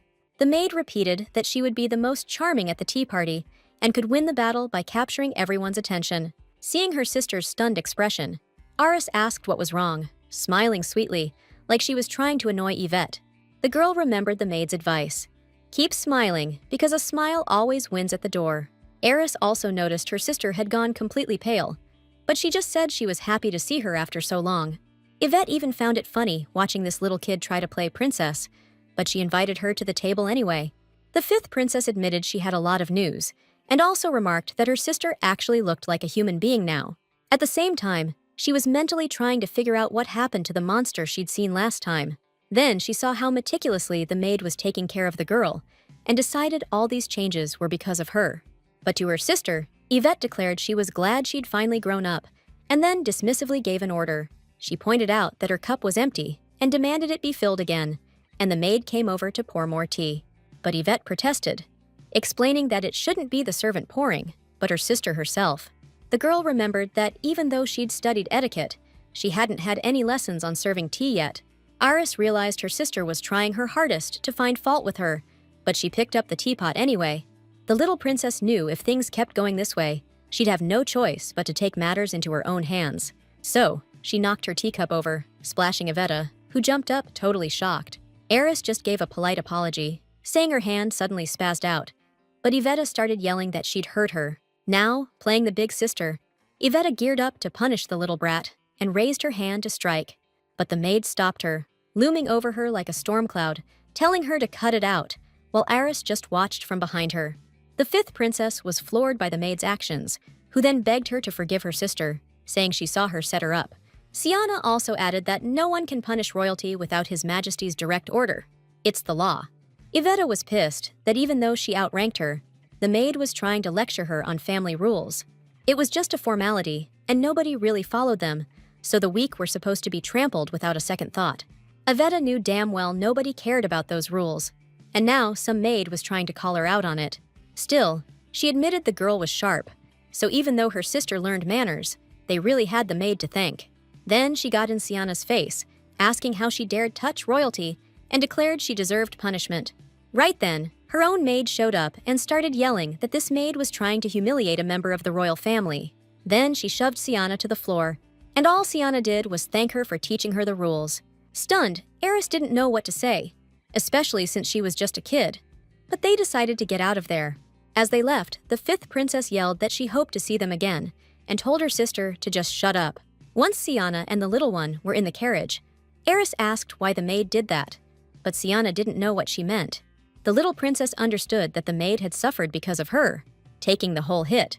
But this woman defended her, and then Aris suggested they clean up the wound first. When they got to the palace, Eris started dabbing at the scratch with a wet cotton pad, and Siana realized the princess had never done this before. The little girl got flustered, but Siana reassured her it was okay and decided to teach the kid how to treat wounds properly. Siana explained that first, you gotta disinfect the cotton swab and then dab it on the wound. Just then, she noticed the princess was starting to cry and figured she was just mad about what happened today. Eris admitted she was a little, but Siana explained that Eris was just as much a princess as Yvette, so she didn't need to be scared. The maid then added that anything goes and asked if the little one wanted to punish her older sister. Eris was totally down, but she was worried about her maid, and Siana told her not to sweat it. Siana promised she'd teach her everything, show her exactly how to do it, 'cause she knows the princess real well by now. Then she asked the little girl why it happened, and Eris guessed it was 'cause she's younger than Yvette. The girl couldn't even believe it was all because of age and that she had such a low title, so Siana asked how you even determine a title. Eris explained that it's the difference between having something or not, and Yvette's got power, wealth, and support, unlike her. So, the maid asked her again, making sure the kid understood exactly why this happened. Aris realized the maid had a mom, and then Siana added she needed to win over adults to get stronger. The maid explained that it was the fastest, most realistic way for the princess to influence the royal family. The maid also promised to always have her back, but she needed to find someone with major power first. The girl didn't know how to find him, but Siana said there was one way, and he'd probably side with her. Meanwhile, a guard reported to the emperor that the maid had been sneaking around. People saw her leaving in a carriage. Sol also guessed she went to see Princess Yvette, which made Rashid furious that he hadn't been told about this before. The guard stopped him, explaining what could happen if he interfered in the rivalry between the two princesses. He added that Siana could get hurt too, and Eris is her boss, plus she's a contender for the throne. Sol also added the crown prince is a strong candidate, so the princesses probably won't even bother competing. He even said his own mom would want it. But the guy shot back that Sol was a good friend, but he wasn't gonna listen to that crap. The guard then apologized to His Majesty for what he said, while Rashid was thinking that Siana genuinely cared about Aris regardless. He was still bugged about why he cared so much. Then he remembered that even back when he was a teen, he was already a top contender for the throne. No matter how much people supported him, there was one person in the empire who was way stronger. That was Empress Goldria, and because of that woman, his power was basically meaningless. Meanwhile, Siana was also explaining to the princess that the strongest person around was Empress Goldria. She was the one the girl needed to get on her side. But the princess had no idea how to do that. She figured the empress wouldn't want to meet, but Siana explained they'd create a situation where Goldria would want to meet. The woman revealed that the empress had another daughter, but she died from poisoning before she even turned 10. That same poison was used on the current emperor, and the story is the young princess accidentally swallowed it and died. And instead of mourning her dead daughter, Her Majesty decided to cover the whole thing up. Of course, she punished those who tried to kill her daughter and son, and used it as an excuse to take out her political enemies. In the end, she strengthened the prince's allies and made him the current emperor. But that wasn't all. Siana suggested that even though Goldria seems like a heartless person, every mom's heart aches for her daughter. That woman distanced herself from her own son because of it, and then, over time, completely withdrew into herself.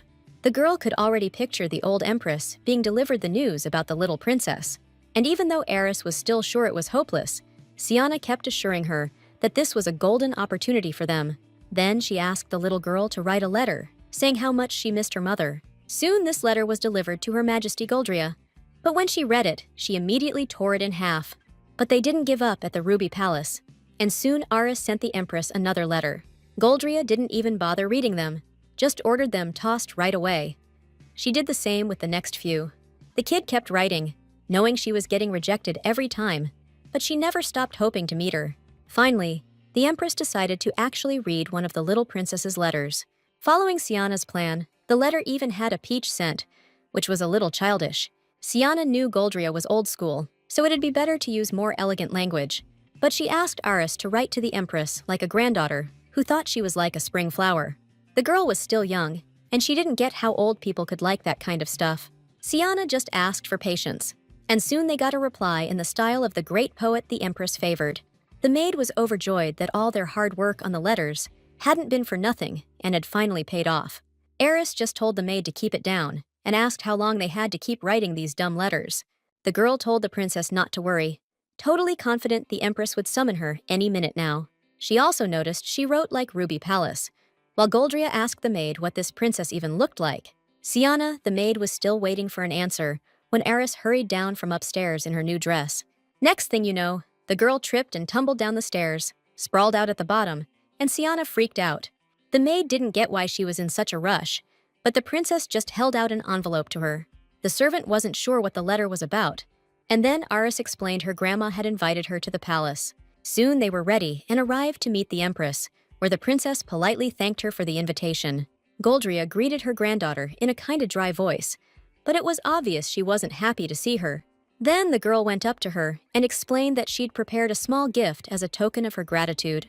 Pulling out a small bottle, the princess explained they were tea leaves made from acacia blossoms. Aris heard the Empress loved floral teas, so she brewed one up special just for her. Then, the little tyke humbly asked her grandma to accept the gift, if she was cool with it. Goldria noticed the girl really did have the look, and she saw those violet eyes, just like His Highness. Even though Aris was the youngest of the whole family, those eyes screamed royal blood. Then the Empress admitted it was a one-of-a-kind gift and invited her granddaughter to have a cup with her. Soon, as they were sitting at the table, Her Majesty remarked that the tea was seriously delicious. The princess thanked her, super happy her grandma liked it, and then they kept chatting. Just like in the letters they'd been sending, Aris didn't complain about her life and praised the Empress. Their conversations were kinda pointless, but the sight of the two of them was pretty damn extravagant. They both silently set down their cups, stirring their tea with a spoon and holding back smiles while they drank.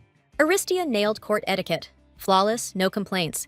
She even covered her mouth sometimes when she talked. The kid was reciting poems in this delicate voice, posture perfect, everything learned just for today.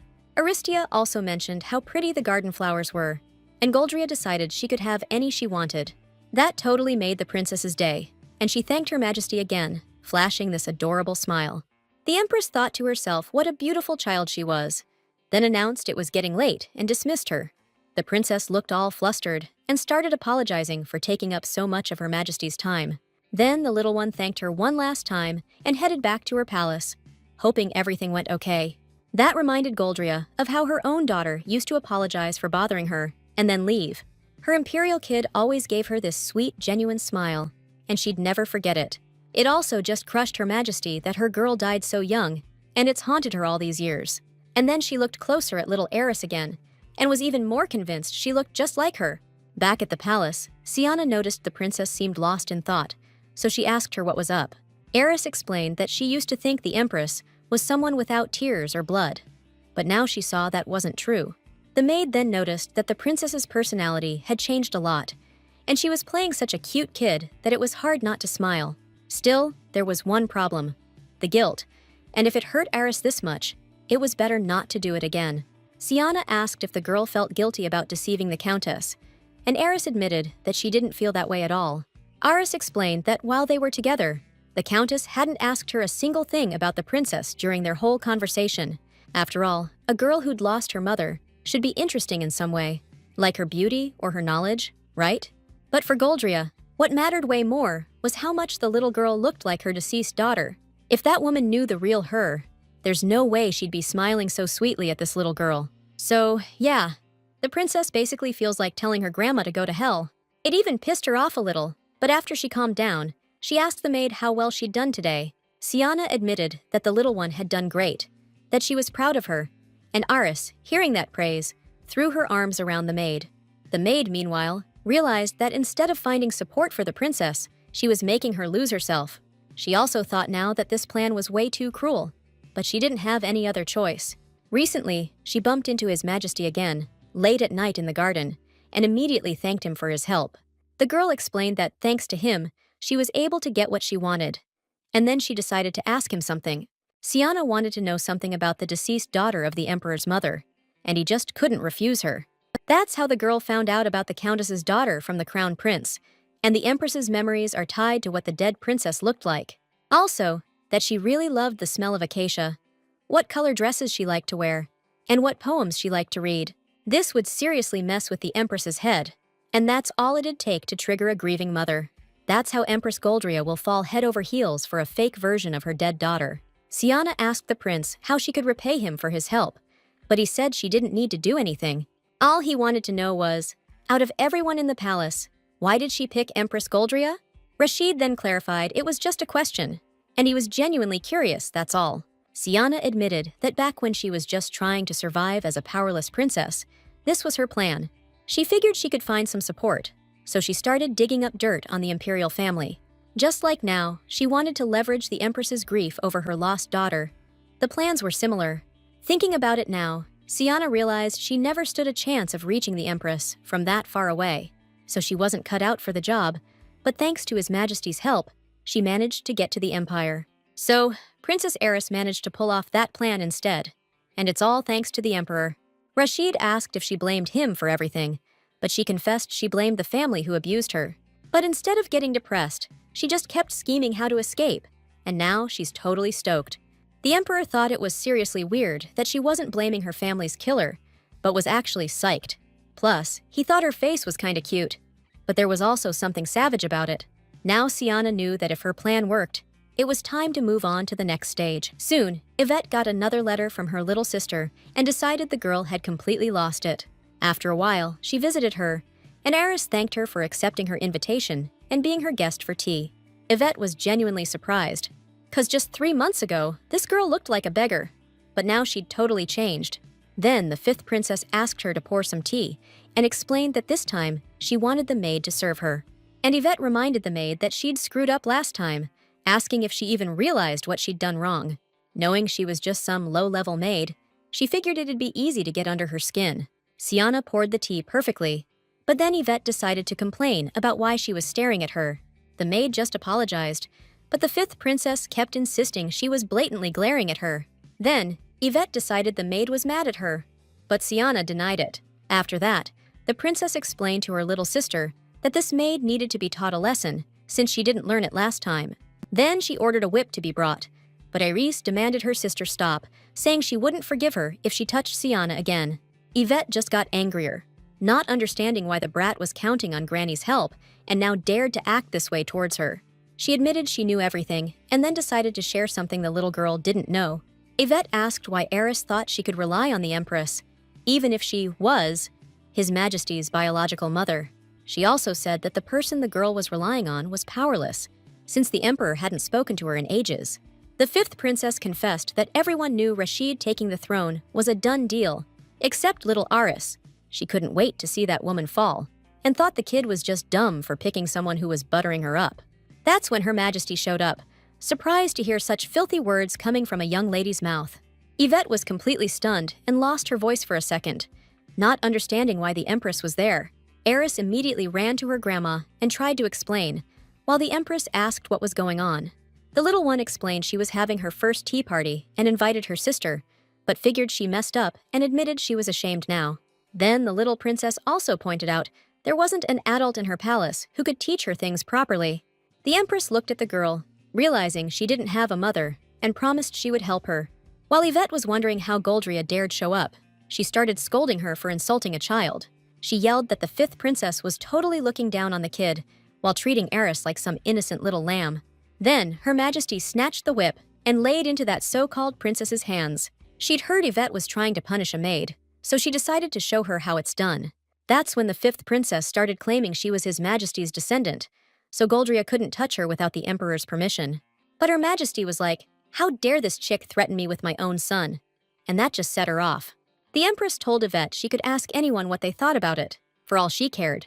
Even if her son disagreed with her decision, he still wouldn't ignore his sister's disgusting behavior. Then she ordered Yvette to hurry up and lift her dress, and she couldn't disobey the command. The next thing she knew, she got a smack on the ankles, which made her lose it and call Goldria a crazy old hag. After that, she got another smack, even more painful, and started screaming that her mom wouldn't let her get away with this. That's when she showed up and immediately wanted to know what the hell was going on. But seeing the Empress, she just thanked her for personally taking charge of her daughter's education. Then she told Yvette to thank the Dowager Empress immediately as well. The fifth princess couldn't believe it. She honestly never thought things would end up like this. Still, she bowed before Her Majesty, thanked her, and admitted that it was all her fault. Soon, Aris was happy that her sister turned out to be so useful, even though she'd made her sweat a bit beforehand. Siana was also glad she'd asked for her help before leaving, but she wondered if the little one was okay. She confessed that she wanted to ask her something. She was curious why her mother was forced to die. The girl learned from the records that when she'd begged for help, no one had lifted a finger. Her mom was really sick at the time, but for some reason, the doctor refused to come and examine her. Eris didn't dare ask her grandma about it now, knowing she really needed her. And besides, a princess wouldn't ask stuff like that. Siana saw the little one was super bummed and explained that it was okay to cry if she needed to. Siana, even though she hoped Aris's heart wouldn't be broken, knew there was a wound there that couldn't be healed. The girl, still crying, screamed that she hated everyone and wanted them all dead, and the maid figured her plan had flopped. The former subject who seduced the emperor not only got his favor, but also became a member of the imperial family. Back then, she was already pregnant and worried that the emperor's mother would turn her back on her, like everyone else had. After Goldria announced she wanted nothing to do with His Majesty, Rosemary gave birth to a child.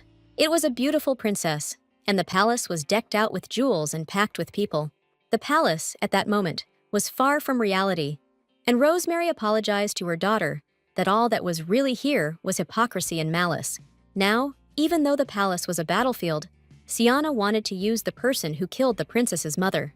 She knew the kid didn't owe her any affection, so she just hugged the girl, feeling super sorry for her. Then Aris hugged the maid herself, asking what the next step was, making it clear she was going to milk this old hag for all she's worth. The maid knew that even though it was twisted and cruel, they'd be boosting the power of the princess and the emperor's mother. After a while, Goldria got worried that her granddaughter hadn't visited since that tea party, so she decided to drop in on her. When she got to the Ruby Palace, the maid reported that someone had tried to poison Princess Eris. The Empress rushed straight to her granddaughter, and Siana added that the little one had received a poisoned dessert as a gift.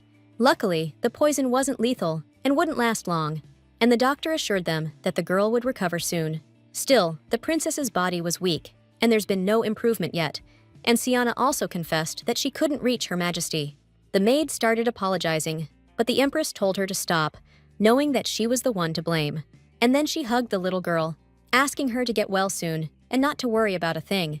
Yvette even heard the news and was stoked that her sister couldn't even get out of bed. She claimed it was because she was talking back and explained that's what happens to people who try to scare her. While she was sharing this with her mom, a servant came in and reported that the emperor's mother had sent her a gift. Goldria asked that it be conveyed that it was for her favorite granddaughter and that she wanted them to forget what happened together. But the dessert was really a warning that all of Yvette's actions would come back to bite her. The Empress also requested that the princess eat every last bite, since she poured her heart and soul into that dessert. Taking Her Majesty's warning to heart, Yvette and her mother vanished from the history of the imperial family forever. After that, Goldria often visited Eris and took care of her so she would recover quickly. The girl explained that she was already much better and there was no need for the Empress to visit her so often. Her Majesty understood that the girl needed to rest and promised that she would visit her a little later. This tea's kinda bitter, Eris thought, and the maid explained it's 'cause of the medicinal herbs they put in. The princess didn't get why she was acting like she was on death's door, and the maid said poisoning is seriously no joke. Eris was like, it was just a little tummy ache, saying Yvette sent her stuff like this all the time. She also admitted she usually just tossed it, but now she figured she could use it to her advantage. Plus, Eris wanted to use her grandma, and when the time was right, she'd ask why she never helped her mom. The little kid thought she was being a bad person, but she was still glad things were working out for her now. And the maid told her, you just can't survive in the imperial palace if you're trying to be good. Then, the princess hugged her maid again and begged her to never leave her side. Right then, Siana remembered again asking Rashid what she could do to repay him for his help. He kept saying he didn't need anything, but she kept pushing, and he couldn't think of a single thing to ask for. So, he asked the maid to move into his palace, and Siana froze for a second, totally lost for words. A little later, these twin maids showed up, carrying a bunch of dresses for the princess to try on. Siana checked them out and thought pink would look good on Eris, but blue would look even better. The maid was kinda stumped, seeing that both outfits were gorgeous, and now she couldn't pick which dress was best. But then the princess came out and told those maids to stop bothering her own maid. They agreed, and then started asking Eris herself which dress she liked the most. The girl declared that anything she wore would look amazing on her, and the seamstresses agreed. They were even surprised how sharp she was at such a young age, and Eris confirmed that, yeah, she's pretty smart. After they left, the princess got all angry, muttering that she hates all women except Siana. But the maid explained to her that if they wanted to stay together for a long time, they'd need help from other people. She also said it was in case the princess needed something and she was busy, or just as a backup. Then Siana promised she'd find maids who would love the little one as much as she did. After that, twins named Nini and Nana were sent to the palace, where they'd be working from now on. They swore they'd serve the princess faithfully, and Siana explained they could be trusted since they were Choo-Choo's friends. But the girl didn't like that they looked identical, because she wouldn't be able to tell who was who. Days went by, and the new maids kept gushing over the princess, saying she was beautiful and elegant. They also took good care of Eris, explaining she had to stay healthy and maintain her grace. Siana was happy that everything was going well, and the princess was growing up to be a pretty confident girl. She herself was going to visit the prince, where they prepared a dessert for her, since she was considered an honored guest. The maids were so committed to taking good care of her until His Majesty the Emperor arrived. Meanwhile, the maid looked around and noticed that with its high ceilings, the living room felt more like a garden. What felt even weirder to her was that she, a regular maid, was now being entertained like a VIP aristocrat. Soon, His Highness arrived, showing up with a few of his pets and giving her a sweet smile. Siana told him he looked kinda strange, but Rashid explained he was just taking a walk with his adorable little buddies. He also admitted that's why he was late, and now he was gonna properly welcome his guest. Then the emperor stood up, gave a slight bow, and expressed his gratitude for her coming to his palace. But the girl asked him to get straight to the point and not hesitate to ask her for something in return for his services. Siana explained that the princess was waiting for her, and then the emperor decided to get down to business and explain what he needed. Then Rashid, smiling, added that he really wanted to treat the maid to some dessert and offered her a piece. The girl was surprised that was all he wanted, but let him put the piece in her mouth, and the taste was amazing. The prince explained the dessert was made from top-shelf ingredients, and it's got this amazing fruity aroma. Siana figured the palace had a seriously skilled chef, but Rashid confessed he made the whole thing himself. That made the maid practically choke, and the emperor thought she hated it, but she explained she was just super surprised. Then, His Highness admitted he loves to cook, and it's also a way for him to spend time with Siana. Right then, the girl couldn't believe. This was the crown prince. The guy they said was totally heartless. His Majesty also confessed he's a sucker for cute little critters, because they just make you happy looking at them. And Siana, watching His Highness at that moment, remembered a story and decided to share it with the prince. She told him about a princess from the Winter Kingdom, who, despite all her grandeur, absolutely hated the cold. This princess couldn't even leave her bedroom with the fireplace blazing until a bird flew to her and took pity on her. The bird wanted to snip off a piece of the sun and give it to the princess, and soon the girl received this gift. That lucky ray of sun finally helped the princess find a way out of the room. The emperor couldn't believe it was true, but the maid swore that it was. Siana also admitted that the story came from her hometown, then asked where the prince knew it from. His Majesty confessed that someone told him when he was a kid, but sadly, he can't remember who. Rashid thought it was the only clue, but he eventually realized he was wrong. On the way home, Siana still couldn't figure out where the prince knew that story from, since she made it up as a kid. Plus, she only told it to one person, and couldn't believe that person was the crown prince back then. After a while, the girl met up with her friend Choo-Choo again, and thanked her for sending her friends. Siana explained that she saved a whole hour because of it, and also noticed that Choo-Choo had become an official maid. She thought she just got lucky, but she understood that she was a pretty capable worker. While the other maids were busy explaining what her triceps were good for, she got invited to Princess Grace's palace. This princess was royalty, so Choo-Choo, feeling like a total country bumpkin, was a little thrown. Then she remembered the promotion exams were happening too, and realized Siana didn't even know. Judging by her friend's face, Choo-Choo figured she didn't want to take it. But the maid explained it had only been a year since her appointment. Right then, her friend started insisting she didn't know anyone more capable than Siana and was sure she'd ace it. Choo-Choo also added that it had broadened her horizons and passing the exams would give her more authority. Plus, a raise. Siana realized then she and her friend could eat anything they wanted. But what really got the girl pumped was the thought of buying awesome gifts for Princess Eris. Siana even pictured herself quitting being a maid after all that and opening up her own little shop. The girl agreed, even though she had no clue how it'd go. And when she showed up for the exam, she found out her name wasn't on the list. The twins explained to Siana that it was because she was a foreigner, and folks like them didn't get recognized as mid-level maids. Even with her killer skills and tons of experience, she and a few others still got passed over for promotions. This is gonna make things tough for them. They're already getting worked to the bone and paid peanuts. When Princess Aris found out they failed the exam because of that crap, she went ballistic and vowed to fight the decision. But Sina begged her not to, saying it was already settled. But the little Spitfire wasn't backing down. The maid kept pushing, adding that Aris shouldn't bring it up with her grandma, 'cause it could seriously backfire on her. The girl started pleading with the princess not to stress so much over her, and said she'd get another shot someday. But soon that chance came knocking, only she bombed the exam because she was too skilled. Still, the examiner had an offer for her, and she was gonna put in a good word with the Dowager Empress. If everything goes smooth, then the teacher can bump Siana up to a mid-level maid. The Empress was flawless, especially compared to the Emperor's 4 concubines. Any one of those girls could have been Empress, and now one of them is asking Siana for a favor. The girl knew it was a request she couldn't refuse, and that's when the youngest wife, Angela, came out.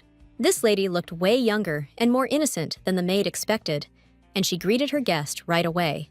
Siana didn't waste any time either, bowing politely and saying it was a pleasure to meet her. Angela learned the maid was 18 and remarked on her excellent manners, even though she hadn't been working long. She also noticed Siana was as modest as she'd been told, admitting she was curious since she worked for Princess Eris. Then she added that Goldria was currently turning a castaway into the perfect princess. After, Angela asked the maid to follow her, requesting that what she was about to see must stay a secret forever. In the room, a little boy was playing with a robot, and the lady explained that this was her son, named Lacey. Then she had the maid start training him, but she wasn't expecting him to be another Aris. After that, Angela asked Siana to think over her offer and give her an answer, and the girl promised she would. She also noticed this kid was different from the others, but there wasn't a single word about Angela's son in the records. She brought it up with His Majesty, hoping he'd heard something about the boy. Siana also added that it was Lacey, the 4th prince, and he'd be 12 this year. Since he lived outside the palace because his father wasn't interested in his kids, there wasn't much info on him. The boy's staying at Marquis Wilhelm's estate for educational purposes, and there were also rumors of some kind of scandal involving that empress's wife. The emperor figured the kid had some issues they were trying to hide, so they wouldn't let him see him. Angela wasn't letting anyone see her son anyway, and no one in the palace had seen him since he was born. Still, the lady intended to officially introduce Lacey to the imperial palace when he turned 12. Rashid realized then that if even the maid was asking questions, something was definitely up with the kid. He admitted he was actually stoked, because he thought she was just there to see him. Siana wanted to ask His Majesty something else, but he repeated that she shouldn't worry about the 4th prince. The maid then stated that she still needed to think about it, because the boy needed her help. Anyway, she got some intel from Rashid and wondered how she could repay him. He explained that Siana had already repaid him, and then added that Princess Aris would be worried. Later, the maid told the little girl that she'd been offered to tutor the prince, but Aris immediately flew into a rage. She declared she'd never allow it and insisted that as her only mistress, she wouldn't let her leave. Siana then explained that she wanted to become a mid-level maid, so she had to take this chance. Lady Angela can break through the wall that she herself can't, because of her social status. On top of that, the maid was worried about rumors if she became a 3rd-tier servant, so Eris decided to give her half a day off. The kid admitted she didn't want Siana to do it, but she also didn't want to take away her shot at it either. The maid thanked the princess, knowing she'd be able to do way more stuff later than she could now. That's when the twins came up to Eris, promising they wouldn't let her get bored. But she wasn't feeling that idea.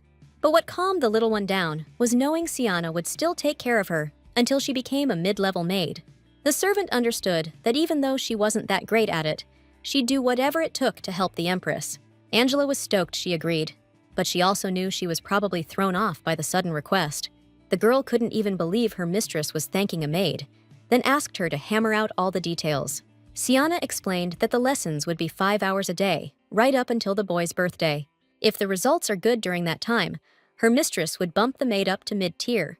Angela was a little surprised, because she figured the witch would want precious stones, but it was clear she was way greedier than that. The girl explained her greed was directly proportional to the help she'd provide to get the best results.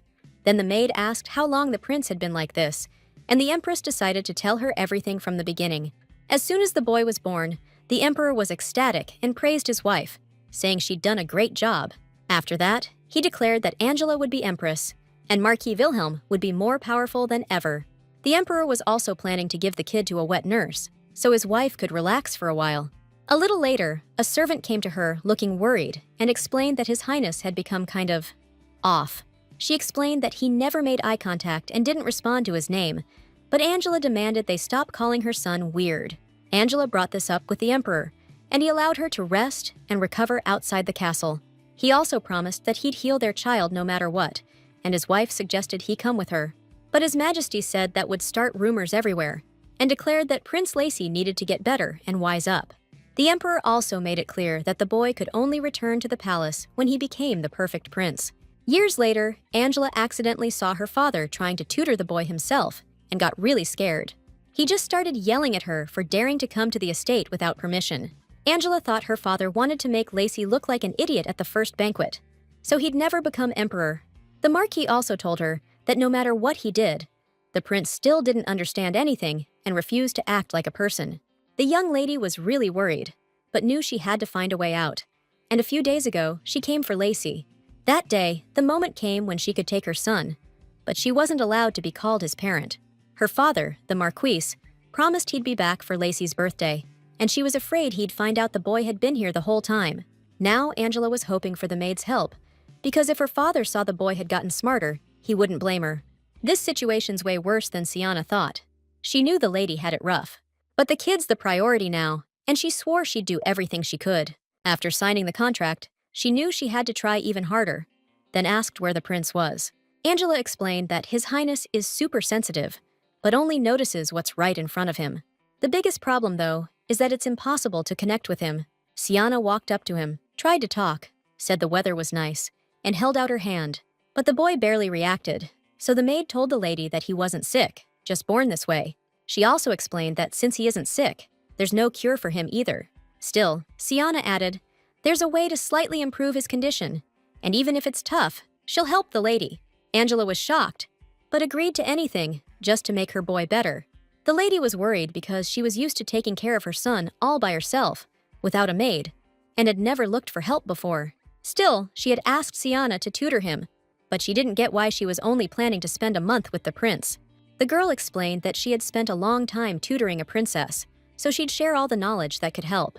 And Angela, even though she's accepting the maid's help, shouldn't give up her kid. A mother is the one who should raise her child, but she wasn't sure she could take care of him properly, and she was also afraid Lacy might not like it. Sienna begged the lady not to give up or lose hope. If she didn't, she would succeed and get a great result. Angela promised the maid she'd try, but she still kept worrying, and even deep breaths weren't helping much. Then she went to her son's room to see what he was up to, and he was playing with a toy, like always. The lady noticed the blocks behind him were crooked, and remembering that Lacy hates when things are uneven, she decided to fix them. But the boy gets super mad when someone touches his stuff, and his mother apologized to him. She knew he'd worked his butt off to build this town, but she could tell he was still bored out of his mind. Angela tried to treat him to some goodies, but the kid hated sweets, and he wasn't comfortable with long talks either. Lacy didn't even like listening to music. Loud noises bugged him.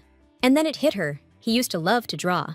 Lady thought kids should do what they enjoy, and she hoped this would finally do the trick. She also remembered that when she felt alone and couldn't stop crying, drawing was the only thing that calmed her down. Even though she wasn't exactly skilled, she found it fun, and now she noticed Lacy was getting into it too.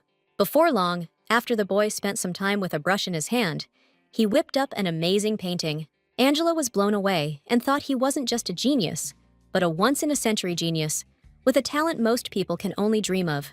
She still couldn't believe that a kid who'd never been taught anything like this could paint something so incredible. Plus, the boy was totally focused on his work and didn't get distracted by anything for half the day. Even though it wasn't for long, Lacy didn't even glance at his own mom once. Then Sienna explained to her that if the boy hated her, he would have just freaked out and run away. But the fact that he didn't means the prince is comfortable being around her. But suddenly, Angela saw her son smash the easel, and she got really scared. But the maid explained that's how he shows he's upset. Sienna asked her to really look at the boy, and pointed out he wasn't trying to hurt himself or anyone else. Lacey was just frustrated, and the maid suggested she go over and hug him. Angela agreed, and believed that even if the prince didn't understand her, he could feel her warmth and know she was on his side. Then she hugged the boy to show him her affection. And in those hugs, he understood that she was his mommy. Afterwards, Angela admitted she had no idea that hugging him and comforting him would calm him down so quickly and make him so affectionate. She admitted she really didn't know her son well, and that day the boy fell asleep pretty early because he was exhausted. Angela thanked the maid and let her go, and the maid promised to come back tomorrow. Back at the palace, Sienna learned the princess was going on a picnic with the twins. Eris also noticed the maid was tired and promised to bother her tomorrow after work. The girl watched them go. Happy the little girl was pleased, and then she bumped into His Majesty again. Rashid was about to confess he just missed her, but Sul corrected him, saying they came for the tea leaves that arrived a few days ago. He didn't argue with his old friend, and then Sienna offered to brew them some tea, and the prince asked a guard to take his pets for a walk. Saul understood what His Majesty was hinting at and didn't argue, and the prince then asked how Lacey's training was going. Rashid admitted he was just curious if the maid could do in 2 weeks what the Marquise couldn't do in 5 years. He explained the kid couldn't maintain eye contact, plus he'd heard he likes to scream like a maniac. Sienna explained that His Highness wasn't very stable yet, but he was getting much better and would soon bless everyone with his smile. Rashid still didn't get why she was so sure about this, and the maid explained she'd seen it before. The girl confessed her stepmom's son, her brother, looked a lot like the prince, even though his condition was worse. He didn't understand what people told him, and he wasn't exactly talented, just like the prince. They even considered sending him to a monastery at first, but then his condition improved, and it was all thanks to his mom's deep and genuine love. She believed that by her side, her son would thrive and be way happier than anywhere else. Now Sienna's brother is gone. She admitted he was also cruel and tormented her and the other maids.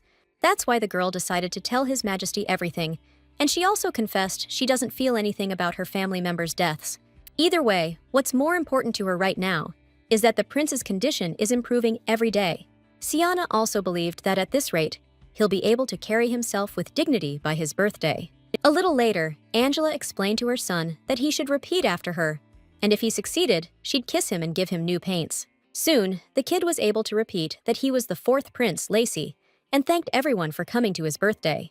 Angela was super happy her son nailed it, and gushed about how smart he was. Sienna saw the results and admitted the lady had done an amazing job, and Lacey worked his butt off too. Then the maid explained to Angela that this was it for now, but Angela protested, saying the party was still 3 days away. Sienna also explained that Prince Lacey is who he is, and that's the real him, but he's still too young and sensitive, and his mom's too soft to stand up to all those people, so Sienna decided to offer her a suggestion. The girl explained that the banquet celebrating the prince's birthday should be postponed for another year, but Angela was worried that if she didn't present Lacey this time, he could lose his title. Just then, a panicked maid ran into the room and announced that Marquis Wilhelm had arrived. The lady freaked out, and Wilhelm was already trying to bust in, yelling at them not to dare hold him back.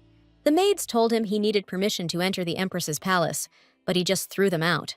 Without even a hello, he walked up to his daughter and announced he had important business, then asked where the prince was.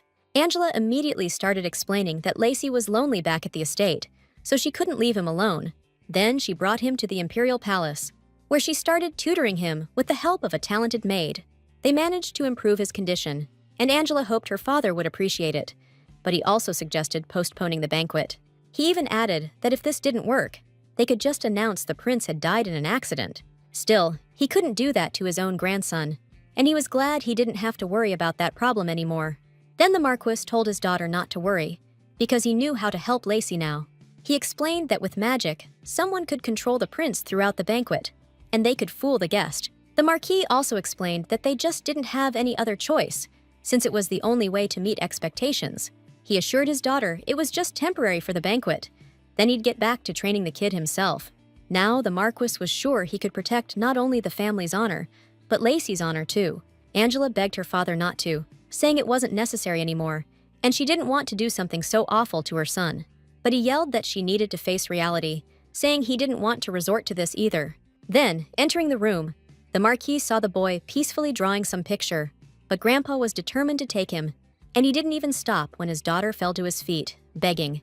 Angela was terrified something bad might happen to her son, but her father just shoved her aside.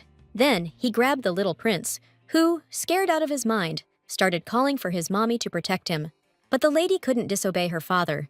She'd always played the obedient daughter, a role she couldn't even remember now. She had to be the perfect lady to survive, and when they laced her corset, she wasn't allowed to make a sound. Then it hit her. She remembered how stoked her dad was that they'd snagged her the perfect match, Emperor's fourth wife. But the truth was, Angela was just straight up terrified and silently praying someone would save her ass. Now she knew she had to protect at least her kid, and she instantly lunged at her father, demanding he let go of her son. She told him he wasn't taking him, period, and declared from now on, the prince stays with her, end of discussion. The Marquis thought his daughter was acting like a damn empress and realized he'd been way too nice to her. Then he explained that even with a crown on her head, she was still his daughter, and that hadn't changed. The Marquis was pissed that when he was trying to protect his family, Angela decided to start a rebellion. He slapped her across the face, but then soldiers swarmed him, yelling that he dared lay a hand on a member of the royal family. Sienna rushed to Angela to calm her down, explaining that these guys were just trying to kick her dad out. And she decided right then and there to order the soldiers to throw that guy in the slammer, and do it now. Even locked up in the dungeon, the Marquis was screaming at the guards, claiming his daughter was the empress of this whole country. He also yelled that those soldiers, his daughter, and that nasty little maid would pay for this, for bringing such shame on him.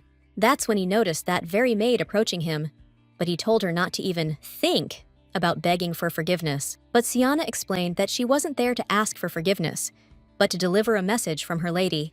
The girl remembered explaining to Angela that she'd already prepped the guards, having noticed the Marquis was in a foul mood. Then she'd come running the second she heard that guy threatening his own daughter and the prince. And since the maid witnessed the whole thing, the Marquis was caught red-handed and thrown in the slammer. Angela then declared she wouldn't let her father manipulate her or her son anymore. Then she asked her to tell him that he'd better not show his face at the imperial palace again unless she gave him permission. Angela also wanted him to know that she'd be raising Lacey from now on, but the Marquis just got pissed that his daughter sent a servant to tell him all this. He started demanding they bring Angela here, but Sienna pointed out she's not just the empress, she's the prince's mother. Her insulting her was basically a slap in the face to the emperor, so the Marquis is now considered a traitor. And if he doesn't want to carry that traitor label, he better take Her Majesty's advice, 'cause it might be his last chance. The Marquis decided to agree, knowing rumors would spread that he couldn't control his daughter. But first, he needed to get out of here. Then the girl handed him a document that'd prove he was agreeing to all the terms. But the Marquis just got even angrier. He still believed Angela was weak and stupid, and wouldn't have the guts to do something like this to her own father. The Marquis figured someone put her up to it, then realized it was that maid, and was sure his daughter wouldn't have done anything without her. Also, he was dying to know how the banquet would go, and how they planned on introducing Prince Lacey to the public. Wilhelm was claiming that without his help, they'd just screw everything up, and then they'd regret it. He signed the document anyway, then left, and Sienna reported this to Angela, who praised the maid for it. But now they had to worry about the prince's banquet, and the lady said she was cool with just canceling it. She figured all she'd have to deal with then was some side-eye from people, and her dad getting pissed. That's it. As soon as the banquet got canned, rumors started flying that the little prince was nuts and couldn't be seen in public. People were also saying he was cursed by some nasty witch, and even thought Angela was gonna ditch him. The noblewomen kept telling her that the longer she put off explaining things, the harder it would be to dump him later. They didn't know how to help her with the prince, and just kept asking questions, insisting that everything would be fine after. But Angela asked them, even though her kid was different, to at least be polite. She explained that her son wasn't crazy, just special, and that's when the nobles couldn't figure out why she canceled the banquet. The lady explained she was going to introduce Lacey to the world outside the palace when he was ready for it. But the noblewomen were telling her that she was shirking her duties, and that the prince wouldn't be able to claim the throne. Even knowing all the risks, Angela was still going to go through with it, because she wanted her son to have a happy life. Her friends got it, totally understood, and promised to handle everything else, so she thanked them. No matter what condition Lacey was in, Nobody would dare make fun of a noble emperor's lineage. That settled the rumor problem. But people still kept whispering behind their backs. The nobles started gossiping that if His Majesty returned and found out about this, Angela would be in deep trouble. Siana assured Her Majesty that wouldn't happen, explaining that in this situation, the rumors would have reached the emperor a long time ago. She added that if he wasn't back yet, there was no need to worry so much. Plus, her financial situation hadn't changed. That meant her family still had her back, and the rumors would die down soon enough, like always. Now Angela realized she dragged Siana into her mess, and out of gratitude, declared that she would fulfill her promise. After thanking Her Majesty, the maid returned to the Ruby Palace, where Princess Aris immediately threw her arms around her. The little girl said she missed her like crazy and swore she'd never let her go again. The kid also confessed she kept studying while she was gone, but then asked if they could go on a picnic together. Aris had dressed up special for it and looked so gorgeous, Siana started worrying someone would snatch her. They picked a secluded spot in the Imperial Palace for their picnic, somewhere quiet and super cozy. The maid was stoked the princess finally got out of the palace, and the princess was happy as a clam. The maids were even playing with her, acting out different fairy tale characters to keep her entertained. While she was skipping around and having fun in the meadow, Eris noticed a boy painting a picture and asked what it was. Meanwhile, back at Rashid's palace, he was asking a guard when his father would be back, and found out he needed more time to recover. It's been almost 6 months since the prince has been handling things for him, and he knew that was way too long for a simple recovery. Sul also explained that the emperor was having trouble with headaches, and his condition was getting worse every day. The guards swore they were about to get some good news, so Rashid suggested they take a walk outside. While walking, he ran into that crew from the Ruby Palace, but Eris, being Eris, just assumed her brother was following them. Then, His Majesty spotted Angela there too, which totally surprised him. The lady explained she just stepped out for a short walk with her son and happened to bump into Princess Eris. Right then, Rashid noticed Lacey's stare and figured the kid was about to have his head chopped off. But Angela explained the boy hadn't quite mastered all the etiquette yet and asked him to forgive him. Rashid still didn't get why he was staring like that, and the prince's mom explained he just wanted to draw his relative. The lady added that Lacey always wants to draw something beautiful when he sees it, and again asked him not to be angry. Eris jumped into the conversation at that point and started insisting her little brother's paintings are super beautiful. Then the girl remembered the first time they met, and Angela started explaining to the kids who was who. Her Majesty was also super stoked to see Siana again, and Siana explained they were just out for a picnic. Then Angela thanked the little princess for letting them hang with Siana for a bit, saying she was a huge help. After that, the Empress promoted the twin maids to mid-level, figuring it was a win-win for everyone.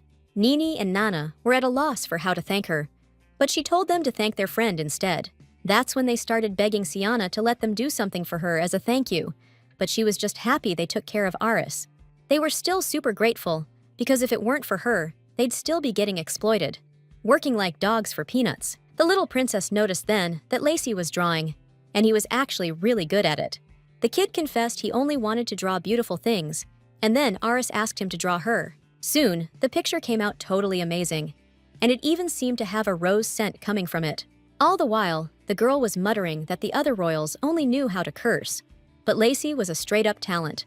Siana, the maid, backed that up, saying His Highness's skills were seriously off the charts. So, Prince Rashid decided to ask the kid to draw him himself, because he wanted to see his younger brother's skills firsthand. Then Siana noticed His Majesty seemed to be enjoying posing, but he said he was just messing around. Rashid also liked that, thanks to this maid, he could get some great tea, and then he asked her to chat with him. He asked her what was so great about drawing, and that's when she handed him a quill and told him to give it a shot. His Majesty agreed and started drawing Siana's portrait, but naturally, all he managed was a funny caricature. Rashid admitted that this kind of thing wasn't for him, and the maid explained it's important to know what you're good at.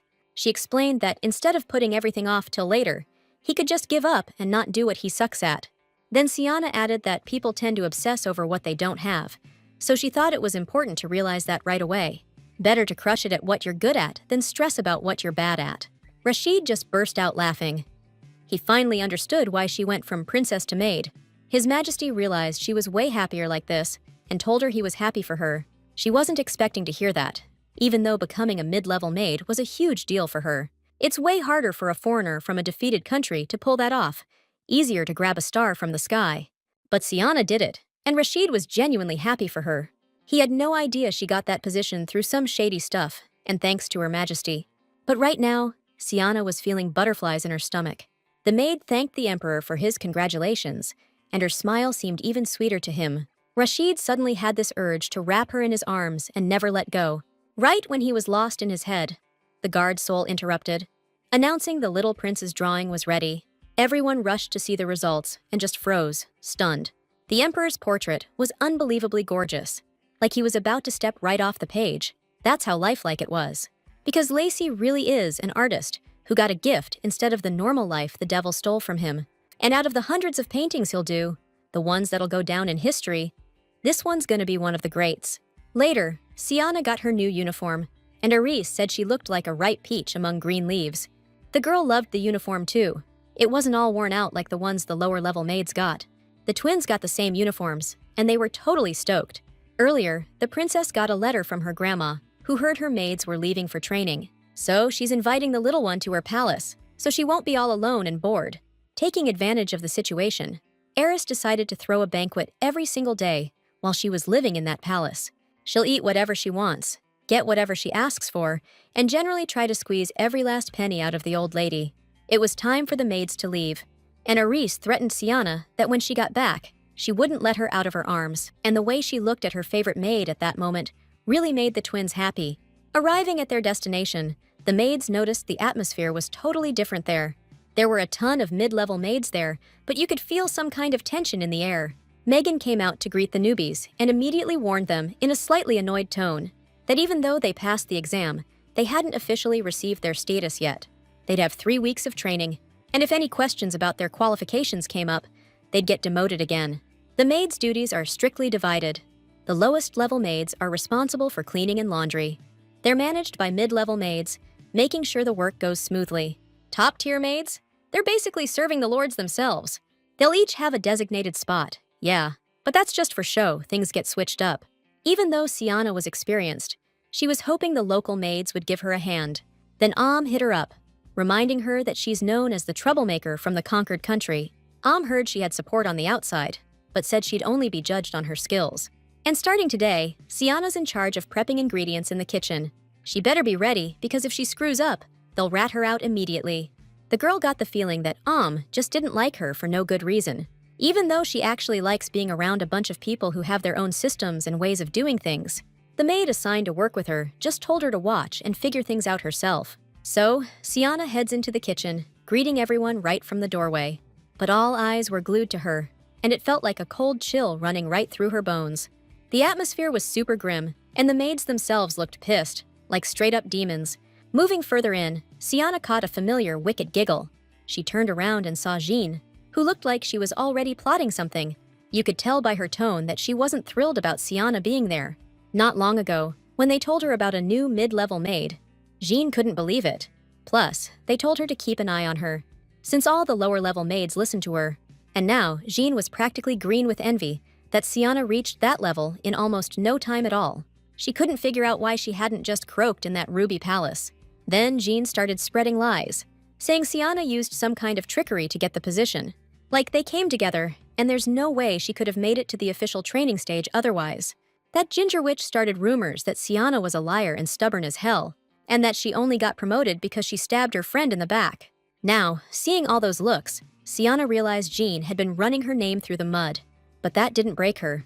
She boldly announced that she was in charge of these maids from now on, so they better show her some respect, seeing as they couldn't even be bothered to say hello. Then Siana gave him a piece of her mind, the kind of stuff that usually scares people, and Jean just stood there on the sidelines, grinding her teeth with rage. Then she petulantly declared that she wasn't taking orders, since this was her turf. She's back at it again, saying Siana didn't earn her position, and so Jaina won't let anyone listen to her. And she even added that caring for the princess gets you nowhere, and everyone thinks Siana's useless here.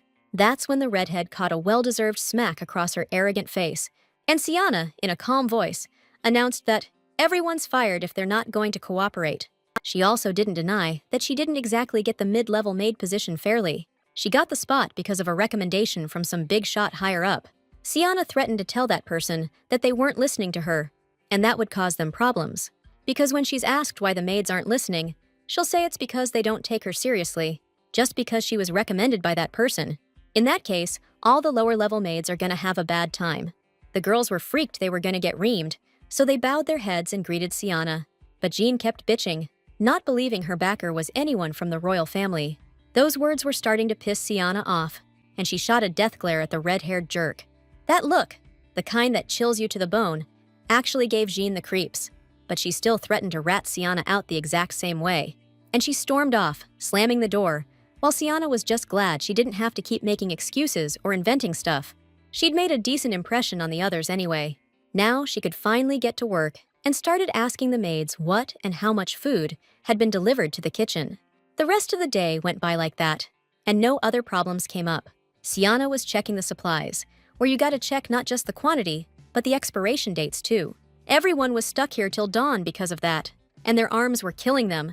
There was still a ton of work left, but Sienna suggested everyone take a break and grab some grub. The food looked simple, but the maids were so tired it tasted incredible. This was the leftovers after the mid-level maids had their fill. Sienna also knew the others would be uncomfortable eating with her around, so she was gonna sit separately. Afterwards, the girls started talking about how Sienna was a pretty good worker, and things would fall into place under her. They even hoped they could work with her at the palace after training, and Jean overheard them. Rage filled her again, and she wouldn't be calm until Sienna was groveling at her feet.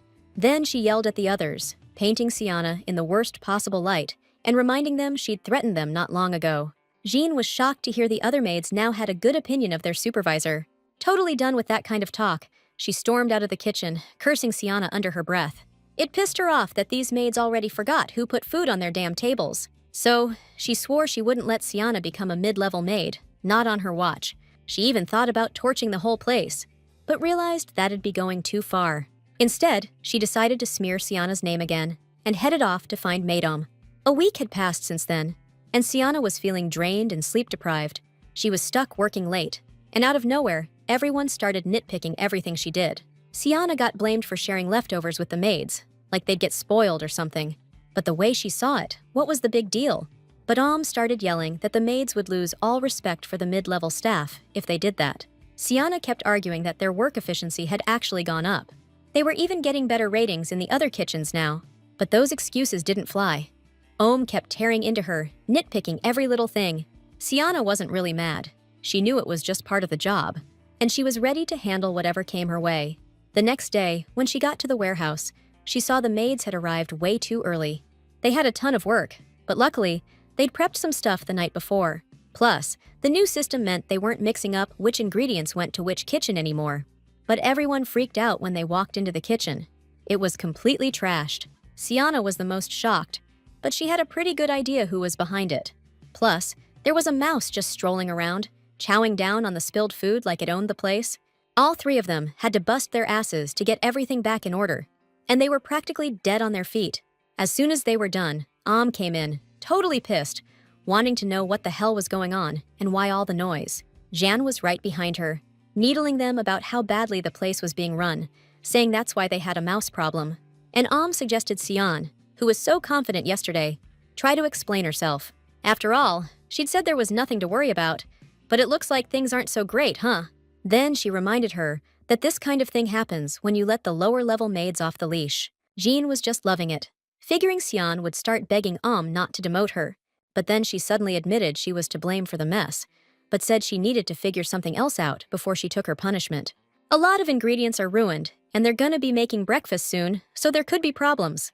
Plus, mice can spread germs and diseases, and that raises the risk of an epidemic breaking out. So even ingredients we thought were safe, locked away in the cupboards, could be totally ruined. Sienna wanted none of that mess, but she asked for a chance to fix things, and promised to make damn sure all the food supplies arrived on time. Meanwhile, Rashid was still out cold, sawing logs in bed, when Sul walked in and told him someone was here to see him. The Emperor scowled, but when he heard it was Lady Sienna, he shot right out of bed, completely confused why she'd show up so early, especially since she's supposed to be in training. He figured she'd had a fight with someone, or maybe someone attacked her, and now Sienna was probably standing at his door, all teary-eyed, needing his comfort. Turns out the girl was pretty chill, and first thing she does is apologize for bothering me so early. But Rashid was still riding that adrenaline rush, so he asked her to spill the beans. What's going on? Siana told him that mice got into the warehouse and ruined all the food. Rashid wasn't sweating it, of course, but he was still stoked this girl came to him for help. When he invited her inside, Siana asked him for some food supplies from his palace. He thought that was a pretty ballsy request, but he wasn't even mad. He just wondered how she planned to pay him back, 'cause considering the situation, she'd need a lot. Hanging her head, Siana promised to pay it all back, hoping she could save up enough in a few years. Rashid was silent, and the girl, head held high, swore she'd make it right with him. The emperor was a little confused, like, she could have just asked. He would have helped her out anyway. Then, he started asking if they were putting her down at work, and Siana assured him there were no problems with that. Rashid then told her to take whatever she needed, adding that he wouldn't charge her for it. The girl was surprised. He probably wanted something else, but he hadn't named his price yet. He just explained that when he figured it out, he'd find Siana and tell her what he wanted. Soon, Siana arrived at the food warehouse and started ordering everyone to unload everything quickly. The maids got to work, while Jean was confused, not understanding where she got all this stuff. She even started to think that Siana was a witch. Then she started looking at the products, but they immediately started rushing her to help with the work. Not having anything to say against it, the redhead picked up a box that seemed incredibly heavy to her, and by the end of the unloading, all the maids collapsed back into their chairs, completely wiped out. They were stoked they finished on time, and thanked Siana for making it happen. She returned the favor, praising the maids for their hard work. Then the girls got curious and asked where she got all the supplies, and Siana just smirked. Then she confessed a nobleman had helped her out. The maids figured the guy probably had his own warehouse to get the stuff that fast. Now they were sure Siana had a high-class sugar daddy. Even Jean was starting to buy it. It pissed her off that Siana was ahead of her, not just in rank, but also in the imperial family's favor. It's pretty obvious this nobleman has genuine feelings for her. But then Jean got scared Siana might snitch on her, so she decided to zip it. Just then, Siana's voice rang out behind her, wanting to know if the redhead was involved. Jean totally lost it, screaming that she fell asleep early yesterday and wasn't even near the warehouse, which is exactly how she blew her cover, because Siana hadn't even mentioned the warehouse. Plus, first thing this morning, Jean walks in and announces there are rats in the warehouse. So it all clicks. Was chewing out Siana yesterday to distract everyone while Jean pulled her dirty trick. And let's be real, the look on Jean's face this morning when she walked in said it all. Still, she insisted it was just suspicion and swore she had no reason to pull a stunt like that. Siana didn't want to argue too much, just said there'd be an investigation, and they'd quickly find out who had the warehouse key yesterday. Besides, this palace has ears everywhere, and it won't take long to find out who snuck those mice into the warehouse. Jean was green with anxiety, but still kept trying to defend herself. And when the imperial palace hears about something like this, they won't waste time figuring it out. They'll just kick everyone out. Jean's betting Siana won't report this, since she's responsible for the other maids. Siana shot the redhead a dark look, then told her she could see right through her. And she reminded her that a big shot's got her back, and he wouldn't let her get dragged into trouble. So Jean's the only one who's gonna pay for this mess, since she could have hurt the imperial family. In a fit of rage, Jean yelled that she just wanted to mess with Siana, but her words sounded more like an admission of guilt. Realizing that, she got down on her knees and begged Siana not to fire her, finally admitting she was wrong.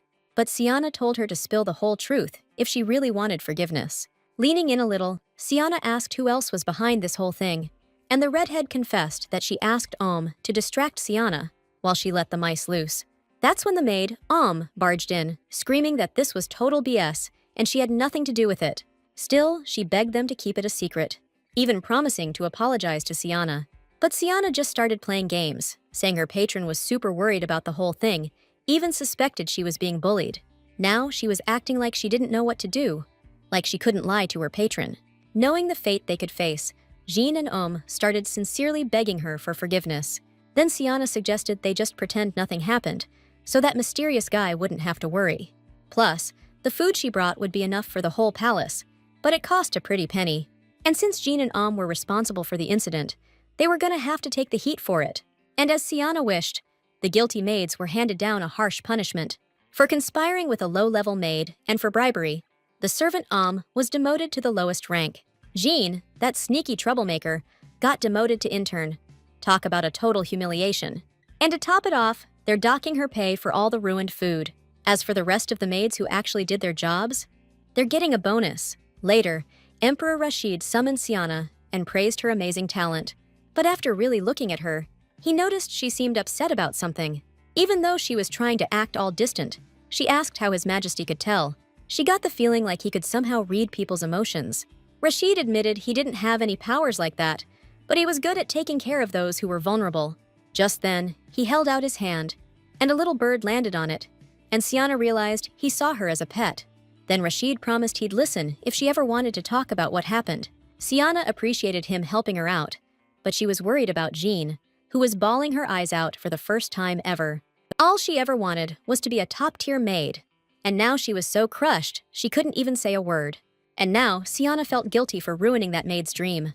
Still, she didn't regret punishing her. It was necessary to prevent stuff like that from happening again, because if someone screws up and doesn't get punished, they'll never learn to regret it. The prince suddenly remembered that her expression at the time was just killer, but he totally dug it. He even leaned in towards Siana and lightly touched her cheek. Rashid realized that when she needed to be, this girl could be seriously tough. Siana even blushed and quietly thanked him for the compliment, feeling a little awkward and surprised. At the same time, she noticed the weird look Rashid was giving her at that moment. Then he confessed he liked her personality. Otherwise, she'd have a rough time later on. To kinda steer Rashid away from the topic, Siana asked what he wanted in exchange for the food.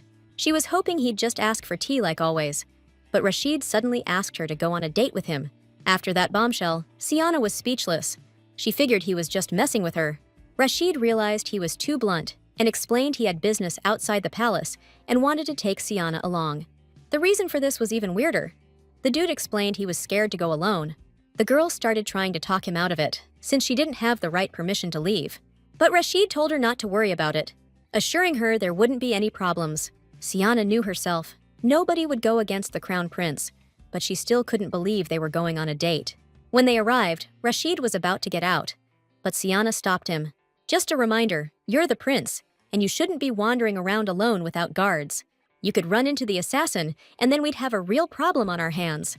She also pointed out how he was dressed, saying a prince sticks out like a sore thumb.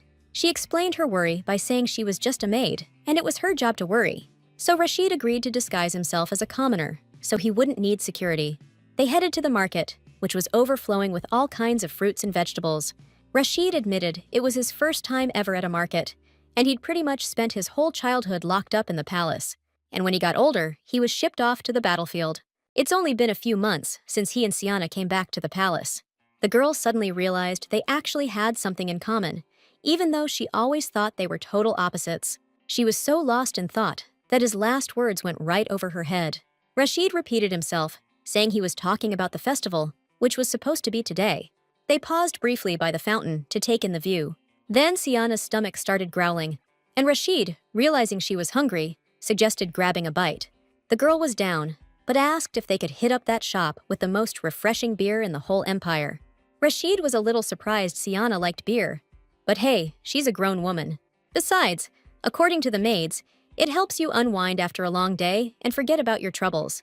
Of course, Siana had never actually tried beer before, and as soon as she took a sip, she started ranting about being lied to. But the alcohol was doing its thing, and the girl asked for another one. Rashid was worried she'd get drunk fast, but he knew it was already happening when she confessed she suddenly felt hot. He wasn't drinking, said he had to drive her home later. They hung out a little longer, and the ride back turned out to be way more fun than expected. Siana, hiccuping now and then, insisted she wasn't Rashid's pet, and wanted to know if he thought she was cute. Then she started squishing his cheeks herself, saying he was just as cute as she was. And then, from out of nowhere, she got this burst of courage. Although, why wouldn't she? Siana leaned in and kissed Rashid on the nose, because she just couldn't resist how good-looking he was. The guy was totally flustered. For the first time ever, he was speechless. And she, noticing his embarrassed look, confessed that every time he looked at her like that, she got all these feelings. And now she wanted him to feel something like that too. The next morning, Siana woke up to birds chirping outside her window, and the sun was already shining bright in her room. The girl woke up, realized it was already late, and freaked out that she'd overslept. She threw herself together and showed up at the warehouse, apologizing for being late the second she walked in. But she noticed the maids weren't really doing anything, and they explained everyone got the day off. Some other maids were working in place of her crew, brought in on short notice. They were also told to get some rest today, since they're always swamped and need to recharge. Even more shocking to Siana was that the crown prince himself gave the order. The maids used to think he was scary, but now they're convinced he's the best ruler ever. He even sent them food. It was just soup. But for Siana, it was the perfect hangover cure. Realizing Rashid did all this for her, the girl felt guilty, but started slurping down the broth anyway.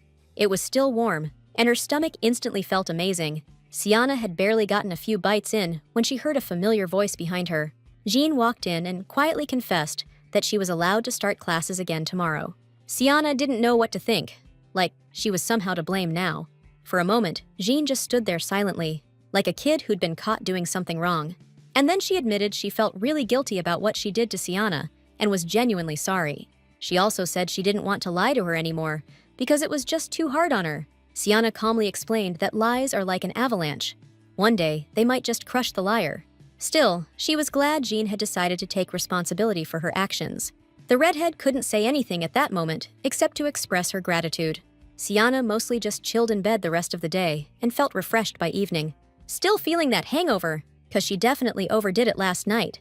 But then it hit her. She touched the crown prince's cheek, and she started mentally kicking her own ass. Felt like she was pulling on a wad of Play-Doh at the time. Xian got so mortified, she was still chewing herself out when the other maids told her to keep it down. I mean, she'd try to explain later like, I got caught up in the vibe and it was my first beer. But deep down, she knew Rashid let her get away with it because he thought she was cute, which just pissed her off even more. Him treating her like some little pet.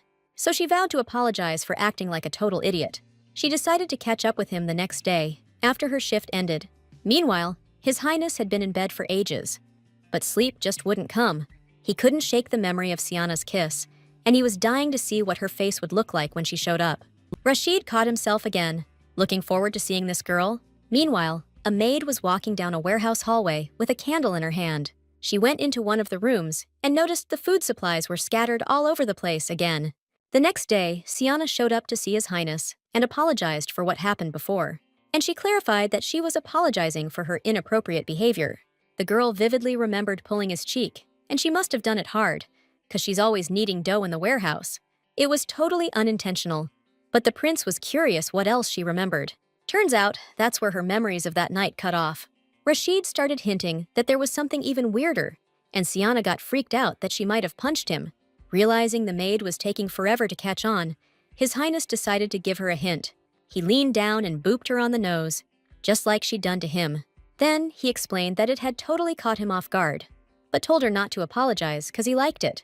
After that, he took her hand, held it to his cheek, gave her a sweet smile, and gave her those puppy dog eyes again. Siana felt mortified, blushed like crazy, and vowed to never drink again. Later, when she got back to the warehouse, she was told that the supplies were disappearing fast. Princess Grace's requests from the palace were skyrocketing, like she'd hired a ton of new maids. But the number of servants was the same as always, which meant someone was stealing the food. Siana headed over there to sort things out and ran into their head maid, who'd also noticed something weird. Food kept vanishing from their palace too. Even the desserts we make for guests are disappearing without a trace. There's probably a thief among the maids, even though security is tight and it's hard to get past unnoticed. They even started hiding the supplies, but they're still vanishing. The situation was serious, and Siana decided to find the culprit ASAP. That maid suspected one servant who started working here 3 months ago. She's tall as a giant, big as a bear, and strong as an ox. A real monster, basically. That description fit Choo-Choo the most. And Siana couldn't believe her best friend was capable of that. Choo-Choo does eat a lot, but she'd never do something like this. Later they met, and Siana told her friend that she was suspected of stealing the food. Naturally, she blew up instantly, claiming she didn't do anything like that. Then she asked Siana if she knew who the real thief was, but she didn't have any leads yet. Still, she's in charge of food management, so it's her job to figure out who the perp is. She's not gonna make a scene, even if she finds the thief. She just wants them to promise not to do it again. Choo-Choo decided to tell her from the start how she ended up in this palace. She was called in to work for Princess Greitz, who was famous for being a super refined lady. And Choo-Choo was surprised why someone like her was sent there, and they even made her an official maid. The emperor's third daughter is known for her beauty. He has 7 daughters in total, and the maid's job is to serve the princess and help maintain her flawless beauty. Every morning they applied the best lotion to her face, prepared the day before, and they would comb her long hair for an hour straight. Grace takes a milk bath every evening, and gets a lavender oil massage before bed. Choo-Choo's job was to make sure the princess's delicate skin never got a single tan. That meant lugging an umbrella around for her whenever she went outside. The rest of the time, Choo-Choo did other chores, like sweeping the garden paths. One day, she overheard people saying Grace might be sick because she wasn't eating much. Then it came out that food was going missing, even the jerky they made for snacks. They decided not to make a fuss, since the princess wasn't eating much anyway. But they couldn't let a thief get away with it, and Choo-Choo couldn't let anyone hurt her princess. So she decided to find out who was sneaking into the pantry to steal food. That night, in the dim light, she saw the silhouette of a girl. I was about to tear into her, ready to drag her by the hair for stealing from the princess, who barely eats anything as it is. Screaming, Choo-Choo was just about to grab the thief when she turned around. To the maid's surprise, the culprit was Princess Grace herself, who looked terrified she'd been caught eating. She even dropped the bread roll on the floor. Now, talking to Siana, Choo-Choo was hoping this was all some kind of misunderstanding. But the strong woman wasn't sure if she should reveal who she caught red-handed last night. Grace threatened her, saying if she breathed a word of this, she and her entire family would regret it. The princess swore she'd haunt her family for generations, spreading fear and terror. Still, Choo-Choo told her best friend, hoping she could help with this situation. Siana just said that in that case, there's no need to continue the investigation, because if she found the culprit, the princess would totally turn on her, and she'd probably order her head chopped off right then and there. Choo-Choo argued she thought the princess was an angel and didn't believe she was capable of cruelty. But Siana was worried her friend might get accused of stealing food. But Choo-Choo didn't seem to care. She'd rather hear it's a buff maid stealing than the beautiful princess. Besides, Lady Grace had been nice to her ever since that incident. Siana didn't see anything good about that and kept worrying about her friend. She praised Choo-Choo for her kindness, which made her blush a little. And then she got curious about how the princess could fit so much food, 'cause a lot went missing. Plus, how can she stay so slim? Siana thought for a sec, then smiled, remembering there's one trick nobles use. And Choo-Choo was surprised, 'cause she has to train like crazy just to stay in shape. Turns out, it wasn't as great a method as she'd thought. After that, the girls said goodbye, and Siana invited Choo-Choo to hang out whenever she was free. Later, hitting the warehouse, Siana asked if they'd caught the crook. They immediately told her the princess's maids figured out who was eyeing the food. Just like Siana feared, all fingers pointed at Choo-Choo, since she was the new girl in the palace. Without a word, the girl bolted straight out of the kitchen. She couldn't believe her best friend, the kindest person ever, was accused of stealing. Siana headed to the princess's palace, but they told her there was no reason to let her in, since they'd caught the thief. She still started arguing that Choo-Choo wasn't guilty, but another maid found out Siana trained with Choo-Choo, though she was willing to call it a coincidence. If Siana knew everyone was so hostile towards her friend, she wouldn't have wrapped up the investigation so fast. Still, she demanded proof that Choo-Choo was actually responsible for what happened. Of course, there wasn't any proof. Everyone was just talking about her, and now she's locked in her room. That pissed Siana off, since they locked up a maid based on nothing but their suspicions. But the princess's maid just threatened to report it to the head inspector, and then Siana could be accused of being an accomplice too. The thing is, the inspector didn't deal with stuff like this, so it was convenient to just blame one maid and be done with it. All the maids in the princess's palace disliked Choo-Choo, and it was in their interest to point the finger at her. Siana wasn't about to abandon her friend, so she caught up to the maid and blocked her path.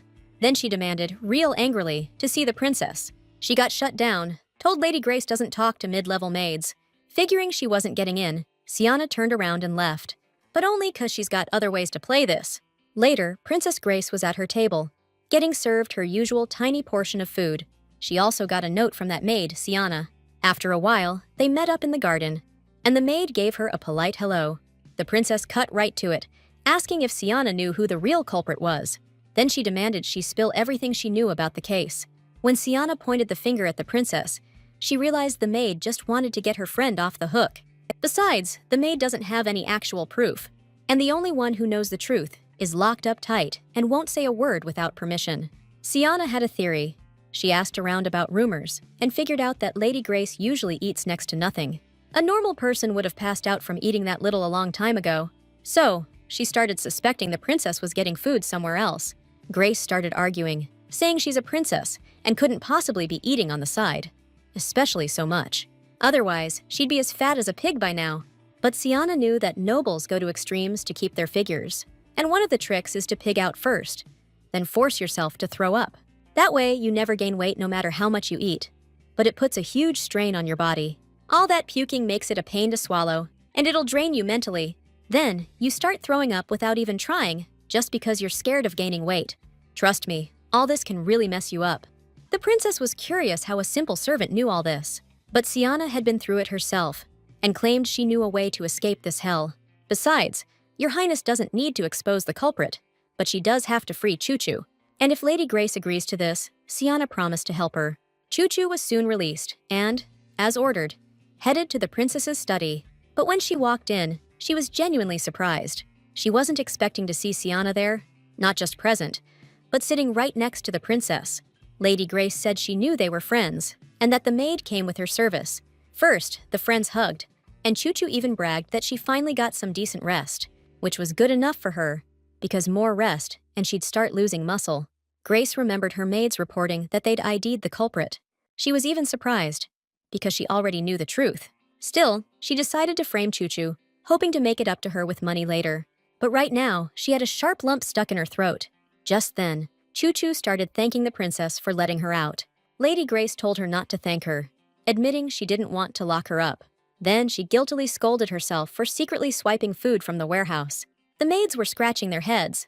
The grub belongs to royalty anyway, so she wasn't stealing, just taking what's hers. The princess knew every single word the maid said was the honest truth. And she remembered Choo-Choo telling her she could have just asked for food, instead of sneaking around at night like some common thief. And Grace was torn about what to do next. Not wanting to get busted, she threatened the maid to keep her mouth shut. Because if she didn't, she and her whole damn family would regret it. That same night, Choo-Choo brought the princess a sausage roll, saying it tastes way better this way. Grace was caught off guard. But the maid wasn't looking at her with pity or forcing a fake smile. It hit her that Choo-Choo wasn't looking down on her, and after trying the sausage roll, she agreed it was actually bomb. This maid respected the princess and kept her secret, even when she got nailed for stealing. And get this, Her Highness straight up apologized to her, admitted she was a coward and totally shouldn't have treated her like that. Both maids were completely stunned, never expecting the princess to act like that. Later, Choo-Choo got the green light to pour tea for the lady, and she was so nervous. She was like a bear terrified of spilling a single drop of honey. But the princess loved the tea she made, said it tasted kinda like honey. Grace even took 2 sips, then suddenly remembered she'd get fat from it. Siana, who was still nearby, saw the princess freak out and told her 2 sips wouldn't do anything. Then she asked Her Highness to spill the tea on when all this started. And the princess confessed that her mom mostly cared about her older brother, since he was closer to the throne, so Grace could basically live however she wanted. She's the daughter of Empress Layla III, and since she was a kid, she's loved to chow down. Being born a princess, she got to eat all kinds of amazing, delicious food. It made her happy, and mostly, she just thought about what she'd be eating next. But pretty soon, Her Highness had packed on the pounds and looked like a potato in a dress. People whispered that no one would ever marry her looking like that. Then one day, when Grace was a bit older, her mom told her to stop eating so much because she was getting engaged soon. Her partner was supposed to be Isaac von Hastings, the 3rd son of Count Hastings. The princess had actually seen this young dude before. He was a handsome, fit guy, and he caught her stuffing her face. Her Highness fell head over heels for him the second she saw him. And on top of that, he was a total gentleman. He even helped her wipe crumbs off her mouth. When Grace found out she was engaged to him, she was so stoked she was a princess and got assigned such a catch. But her mom told her to keep it classy and not act like a moron when Isaac came over. The day the Earl's son showed up, he looked even hotter, like he'd grown into a total Adonis. Their meeting started off awesome, and Grace was on cloud 9 when he kissed her hand. He even confessed he had really warm feelings for her, which the princess bought without question. Back then, it seemed like true love. Even the maids were saying no one else ever gave the princess a second look. But this guy fell right away. Grace's face was seriously gorgeous, so she didn't doubt his feelings were real. And before they knew it, the date for their engagement was set. In the hall, she spotted a bunch of girls who were totally crushing on Isaac. One of them was a knockout, but she made sure to compliment the princess when she walked in. Then, all the other young ladies piled on, gushing about how great Grace looked. Right in the middle of the praise fest, Isaac himself showed up, announcing he just had to greet Her Highness. Right in front of everyone, he dropped to one knee and kissed her hand. Then he asked how the princess was doing, and she asked about his stuff too. Isaac then raved about the chocolate cake she'd sent, saying it just melted in his mouth. The princess actually blushed a little, admitting she'd been nervous. Just then, that gorgeous girl, Julia, strolled over, remarking how close those two seemed. Grace couldn't stop thinking that this handsome dude was about to become her fiancé. She whispered to her friends that they'd been engaged for ages. They looked like a perfect couple from the outside, even though the princess was a bit on the hefty side. But then Grace noticed that the young ladies had a really weird reaction to her confession. A little later, they were officially announced as engaged, and the guests offered their congratulations. Then Lady Layla stepped up, thanked everyone for their kind words, and started reading her speech. Just then, Grace glanced at her fiancé and noticed he was looking at her too, smiling. It made her happy, and then she went back to grab another bite to eat. But then she realized Isaac had totally vanished. The princess went looking for him all over the palace, but couldn't find him for the longest time. Stepping out into the garden, I saw his broad shoulders and finally felt like I'd found what I was looking for. But as Grace got closer, she saw something awful. Isaac was standing there in the garden with Julia. From the tone of their conversation, it was clear this wasn't just a friendly chat. The princess overheard Isaac saying he'd promised Julia he'd propose to her when she grew up. The Earl himself explained that those were just some careless words tossed out by a 10-year-old kid. But now things were different. He was 17 and Julia was 14, and they weren't kids anymore. Then Isaac asked her to keep her composure and pretend they didn't know each other. The Earl was playing it safe, knowing this could cause a real scandal. Meanwhile, Grace was praying that Isaac wouldn't break off their engagement for that skinny beauty, who was apologizing for her tone, saying she was just stunned by the news of his engagement. Then she saw them start to say their goodbyes, and her fiancé explained why he hadn't told her everything sooner. Before leaving, Julia asked Isaac if he even wanted to marry Lady Grace. The girl humbly said she understood everything, but reminded him that the princess was a little chubby, and that there were a lot of rumors going around about her among the other girls.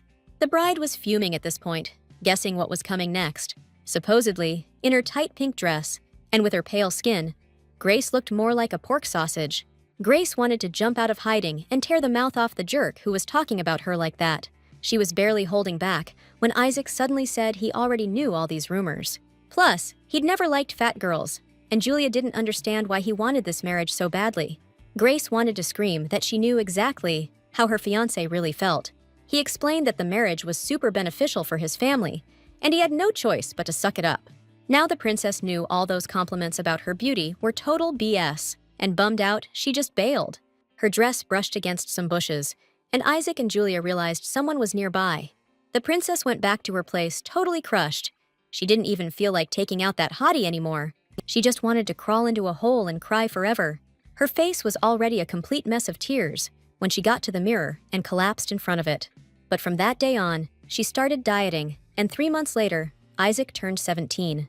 The third empress came to congratulate him, but Grace was nowhere to be seen. Some of the guests started worrying that she wouldn't show, but the Earl assured them that according to Layla's promise, she'd be there soon. The truth was, they hadn't seen each other since the engagement party, and had only communicated through letters. The princess was blaming it on feeling under the weather, and now her friends were worried she'd miss her fiancé's birthday. Someone joked she couldn't handle the makeup, which wouldn't make her look like Julia anyway. But the girls knew the truth. Isaac wasn't interested in that loud, fat girl with the empty stare. Just then, the young ladies noticed a strange look on the young count's face. The third empress turned to look as well, and the girls wondered who they were staring at. That's when they heard a familiar voice, belonging to someone they weren't expecting. Princess Grace stood before them, and she looked completely different. Her chubby cheeks were gone, she had a waist, and now she was here to greet her fiancé. All the ladies were shocked, but especially Isaac. Grace was saying that since it's his birthday today, she wanted to go all out. Now his feelings have totally flipped. The young Earl sincerely took her hand, and with genuine respect, he knelt and kissed her hand. Grace finally saw his face when he was truly amazed, but she had to cut portions and take lots of walks to get this look. The princess hoped she'd finally be truly happy now. But honestly, she just felt relief when she threw everything back up. And the more she ate, the more she threw up. And Grace realized this was the answer. After hearing her, the maids realized the princess wasn't eating properly at all, and she barely touched her food at the table, so she wouldn't puke in front of everyone. While others didn't think her not eating was weird, they actually thought she was pretty elegant. For a while, the princess held it together. But a few months ago, things went sideways. At night, her mind would cloud over, and she'd stuff her face with whatever she could find. then puke it all up back in her room. That was the only way she could keep going. And over time, the amount of food just kept increasing, because Grace was constantly starving. But she'd lose her mind, like an animal, when she crammed food in her mouth. And then she'd throw it all up every time to avoid gaining weight. And now, the princess was asking these maids to help her. Suddenly, giving in to her emotions, Choo-Choo rushed forward to hug Her Highness. She understood that this lady had been through a lot, and that she was going through some really tough times. And Siana, in a pretty calm voice, thanked the princess for telling them the truth. She promised she'd kick this bad habit real soon. First off, to start eating right, Grace needed to ditch the negative vibes she had about food. Siana told her about Tibetan monks who don't eat animals or modified grains. They only eat plants grown in their natural environment. The princess could eat carrots, cabbage, stuff like that, and not gain any weight. But Grace pointed out that elephants only eat veggies too, and they're huge. Siana had to explain that elephants are just naturally like that. They're big, but they don't get all flabby or pack on the pounds. Then, the girl recommended some veggie dishes, even though she knew it'd be tough on the princess.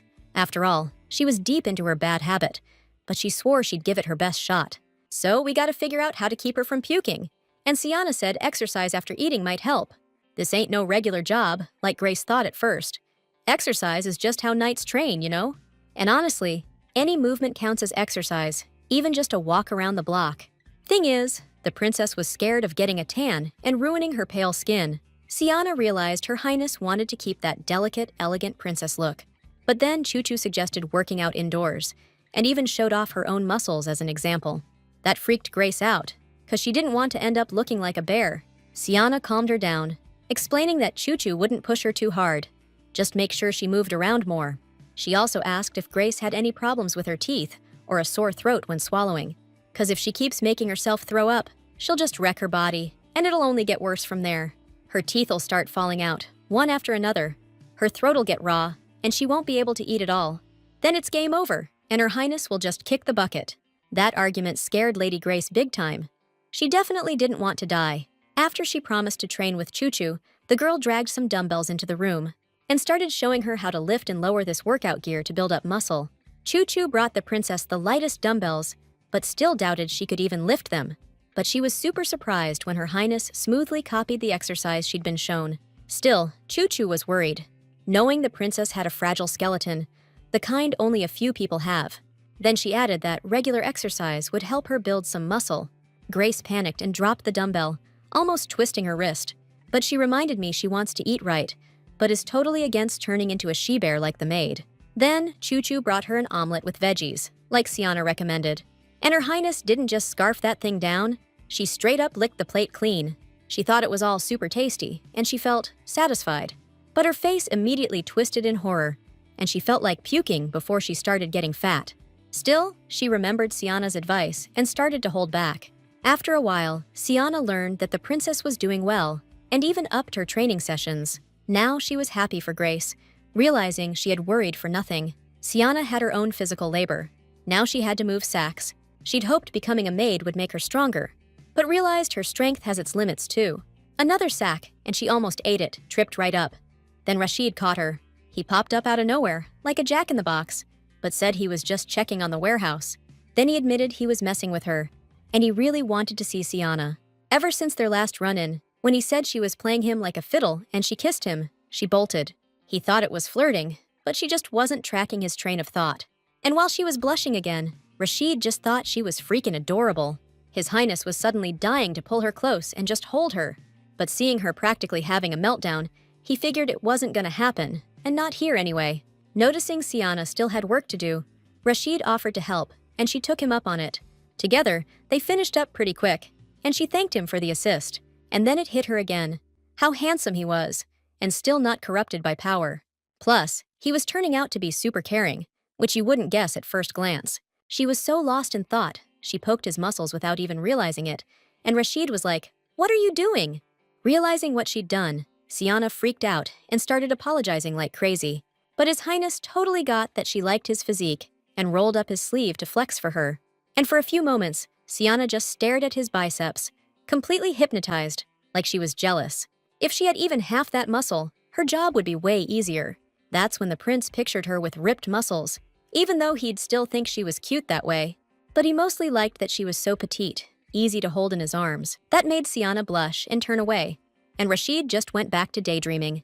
He wanted her closer, and he was sure it would happen, just didn't know when. Soon, Sian heard that Princess Grace's condition was even better. When the maid checked on Her Highness, she saw with her own eyes that she looked even more beautiful. Her complexion had improved, her hair was shiny, and her eyes were full of life. But more importantly, the princess was much calmer, and she was throwing up less often. Grace admitted that she even liked exercising, especially since it didn't make her gain weight. And Choo-Choo was thrilled that Her Highness was doing so well with the exercises. Xian was just glad that the princess was doing well, and that she was full of energy.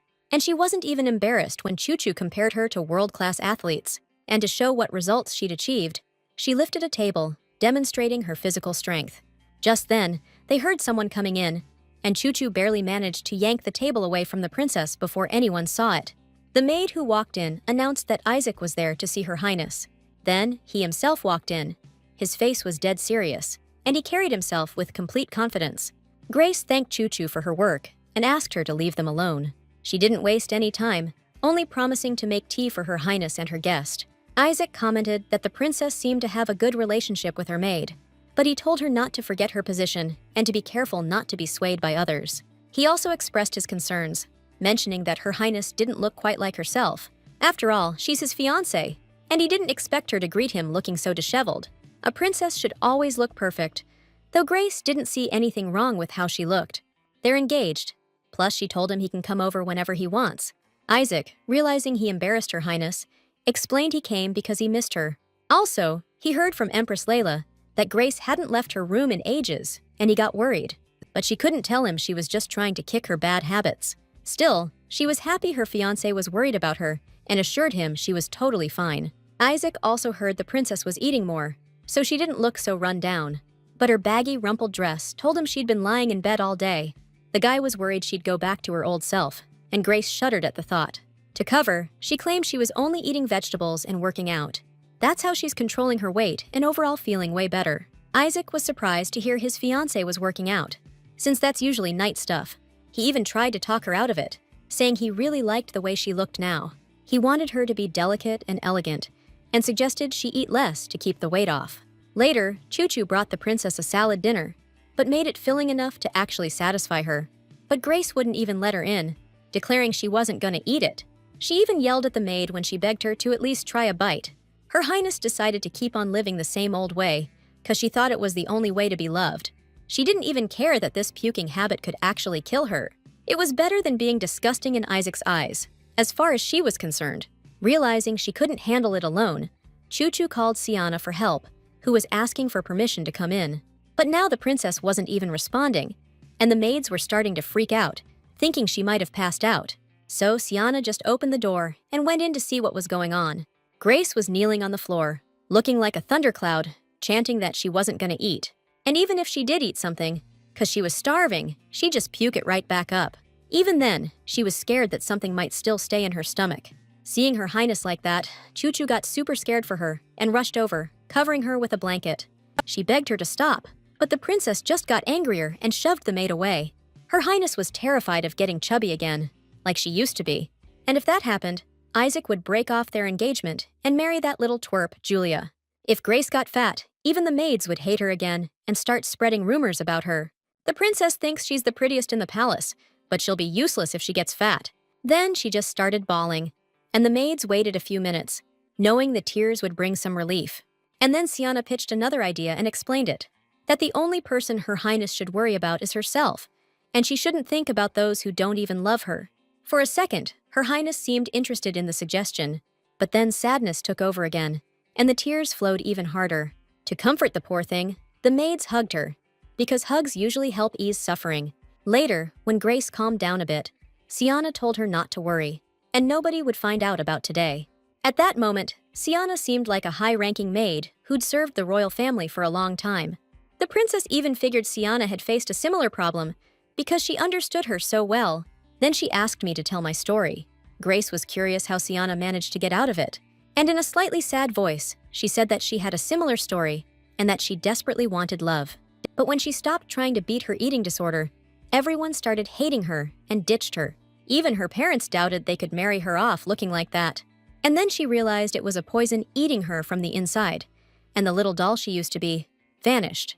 Siana explained that it's not worth torturing yourself just to please others. A princess can live the way she wants, especially since she has so much power. Because Grace is the daughter of the Empress and Emperor of this country. She can eat whatever she wants and wear whatever dresses she likes, and anyone who doesn't like it can just shove it. And if Grace has found someone she cares about, she should try to get closer to him. It doesn't have to be Isaac, right? There's no law saying you have to marry him. Siana made saying crazy crap like that sound so damn easy, but it helped calm Her Highness down. And then Siana was about to bounce. That's when Choo-Choo, quick on her feet, shoved a dish she'd made right under the princess's nose. She apologized like, "Oh, bad timing," and acted like she was gonna split, leaving Her Highness alone with the food. Choo-Choo just added that if the lady wasn't hungry, she'd happily eat it all herself. Or if not, she could show her another easy exercise to drop the weight fast. And that's when Grace realized that instead of obsessing over losing weight, she wanted to get stronger. The next morning, the maids were running around the palace like chickens with their heads cut off. They were cooking tons of food for Princess Grace, and they were shocked at how much she could put away. Once she'd finally satisfied her appetite, she kicked her feet up on the table, crossed them. Stretching out, she was just stoked to finally eat in peace, as much as she damn well pleased. All that was left was to pick the leftovers out of her teeth with a toothpick, which just made people think she was even weirder. After chilling for 5 minutes, Grace ordered the head maid to bring her dessert.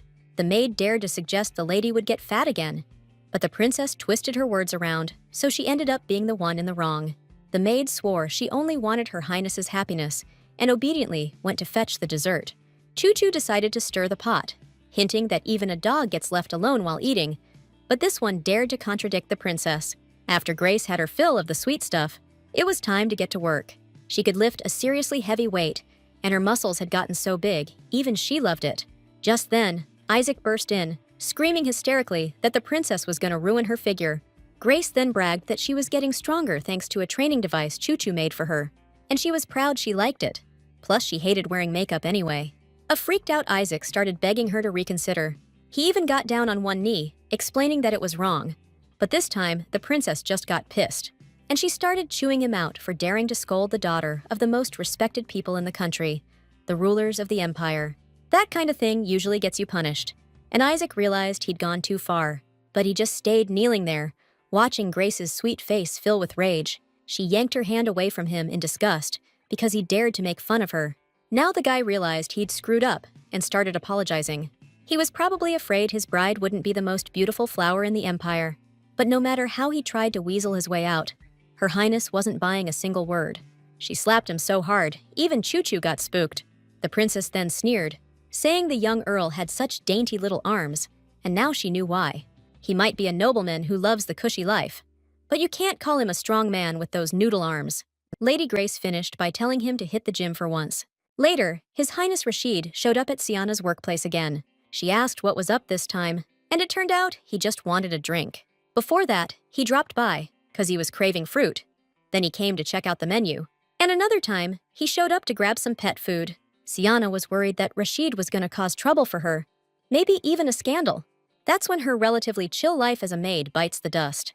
Like he was reading her mind, Rashid swore that as a prince of this empire, he could smooth over any bumps in the road. Seriously, he's been popping into Siana's storage room so much, and the other maids haven't dared to say a peep. Feeling a bit calmer, the girl asked what kind of drink the prince would like. Rashid just sneezed in response, and Siana realized his throat was probably just dry. But then she noticed he was a little flushed, and after feeling his forehead, she figured out His Highness had caught a cold.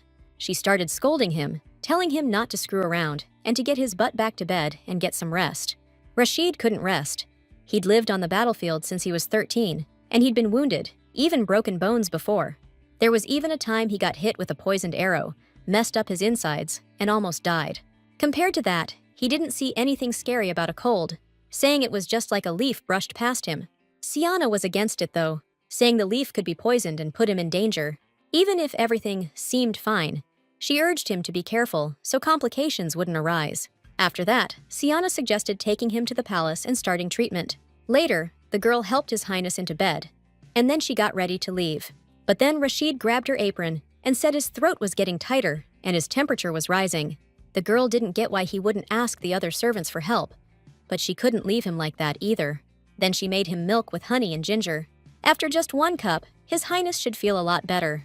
Rashid took a sip, then complimented the maid, saying that everything she made was delicious. Siana was a little bewildered, not understanding how someone who'd spent so much time on the battlefield could say something like that. Then she straight up told him she thought he was a weird dude. His Highness just twisted her words around like she was into strange guys, which totally flustered her, and she started scrambling for something to say.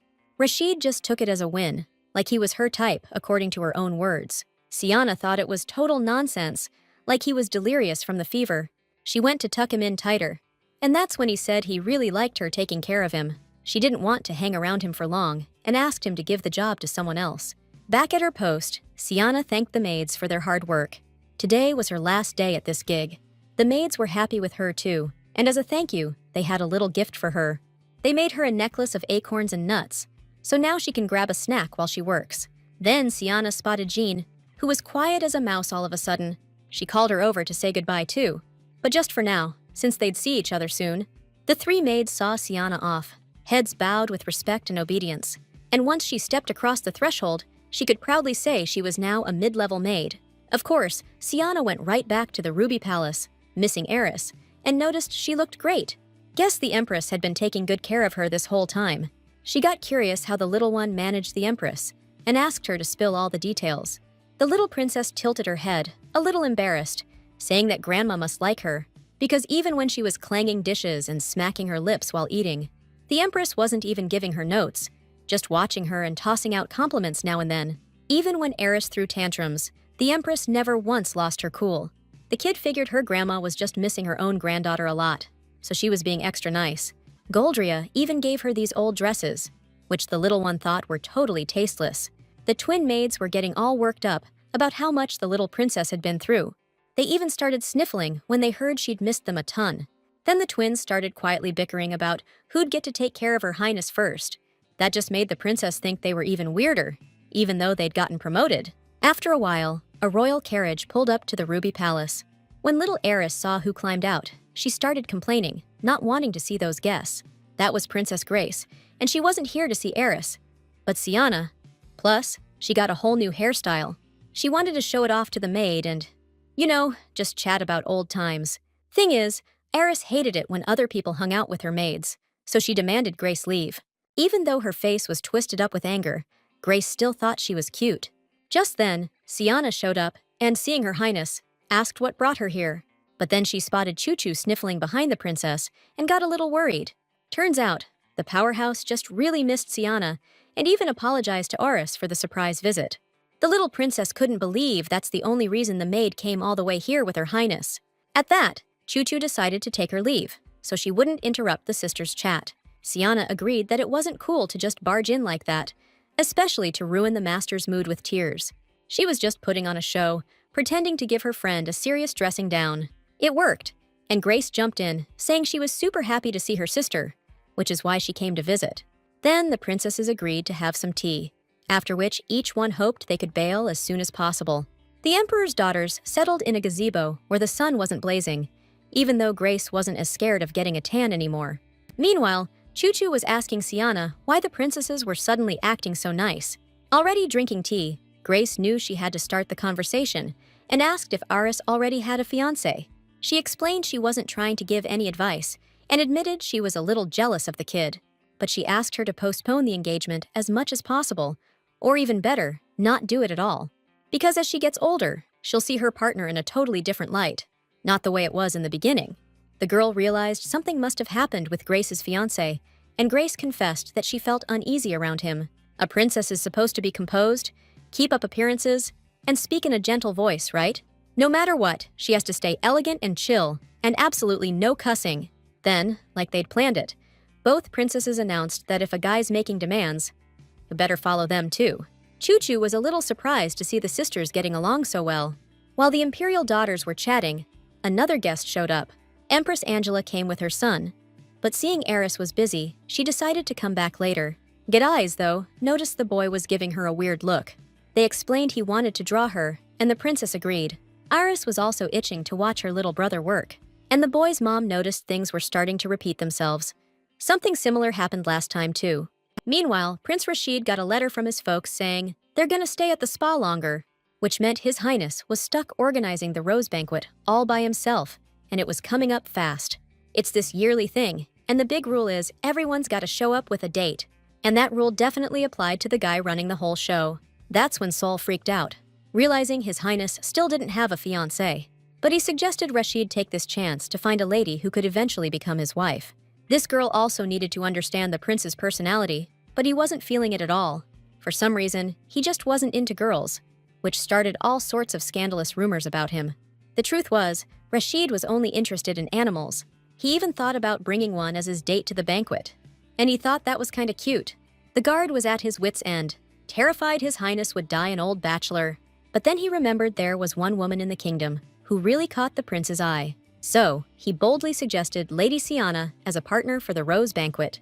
Rashid was all for it, but he seriously doubted she'd agree. The guard decided to handle that himself and headed to Siana's place with gifts. But just like His Highness suspected, the maid turned him down flat. She explained it wasn't the presents. It was her position that was the problem. Even for one day, a regular maid would get slammed for even standing next to His Highness. Nasty rumors would start, and Siana's peaceful life would be over. And she was right. Sul even started kicking himself for not thinking about it. He just wanted her by the prince's side, not those other fake ladies. Sure, Rashid's got chicks throwing themselves at him, but he's not interested. His Highness only wants to see Siana, the maid. But now he's got to hit that banquet solo, 'cause she turned him down. Siana knew Rashid loved her like a little pet, but that's no reason to say yes. She told Sol she was sorry when he suddenly announced he'd have to be the prince's date. Of course, there'll be a ton of nasty rumors after that, but Sol's used to it. And his mom will be crying her eyes out, but the guard's got no choice. Siana knew exactly how this could play out and agreed to go with His Highness. But she's got one major condition. Sol cut her off, promising she could have anything, even 10 times more than she asked for. But she just wanted to keep her peaceful life as a maid, so she asked him not to reveal her identity.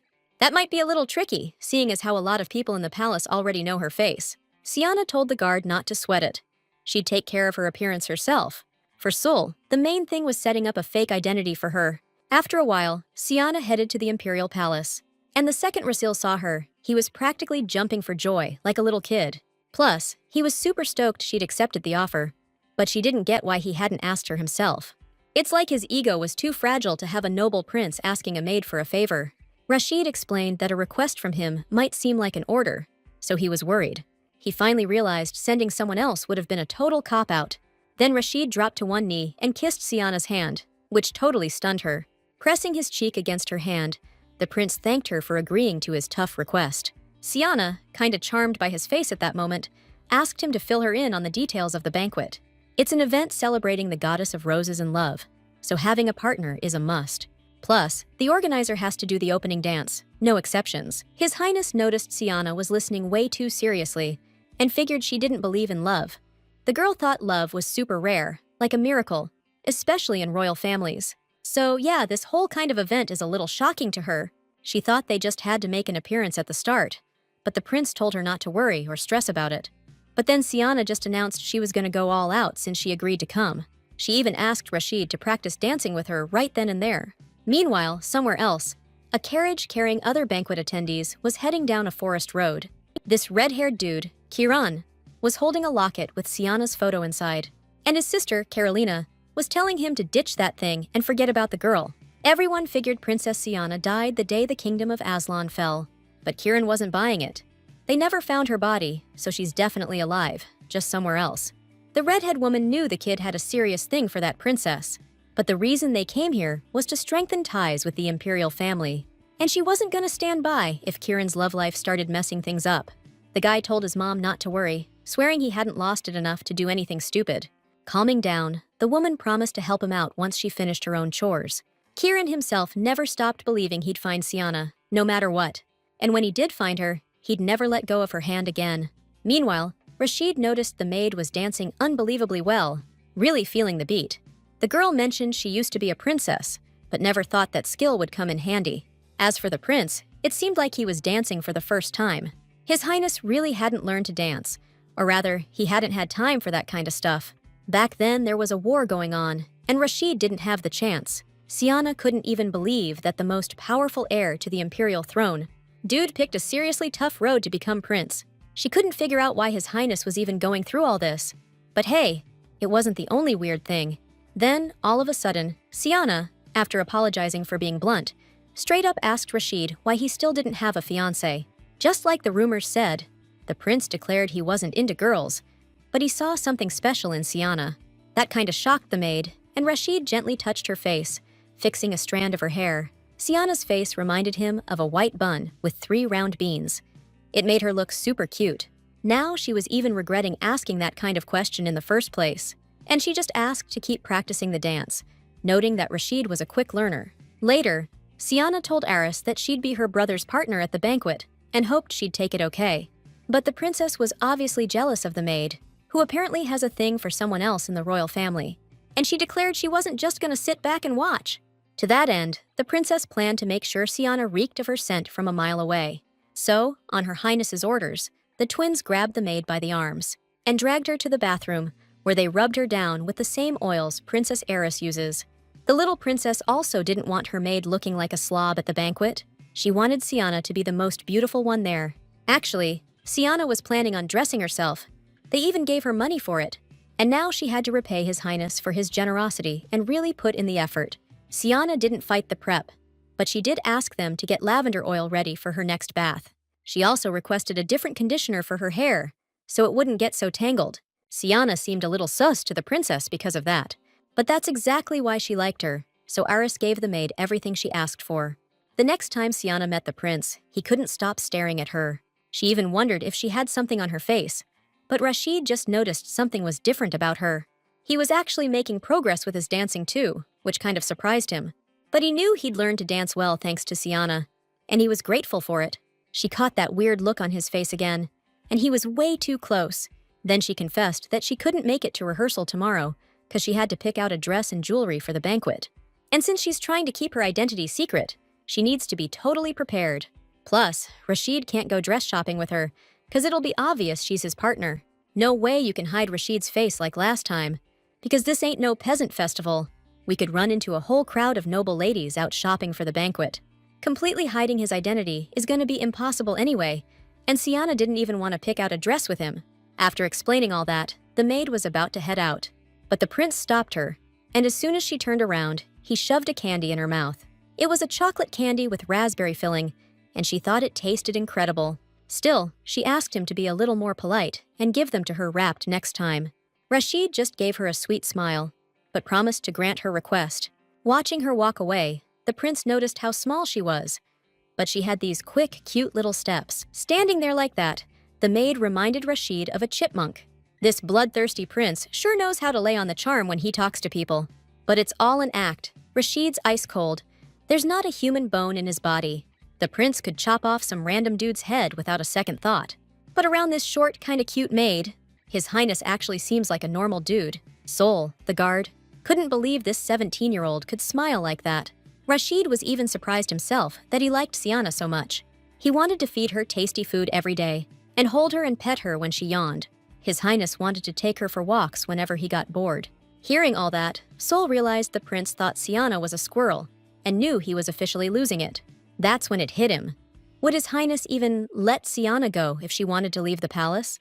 I mean, she used to be a princess, and being a maid is probably going to get old for her sooner or later. So, Sol needed to know, if she asked to leave, would the prince just let her walk without a second thought? Rashid glanced at his pets and declared he takes care of them, protects them, but he never forces them to stay. They're free to leave him anytime. So, if Siana wants out, His Highness wouldn't hold her back. Knowing Rashid might have a rough time later, Sol chimed in that Siana's got no ties back home. Plus, she's happy being a maid and she's already moving up in the world. So, unless something major changes, that girl's probably gonna stick around.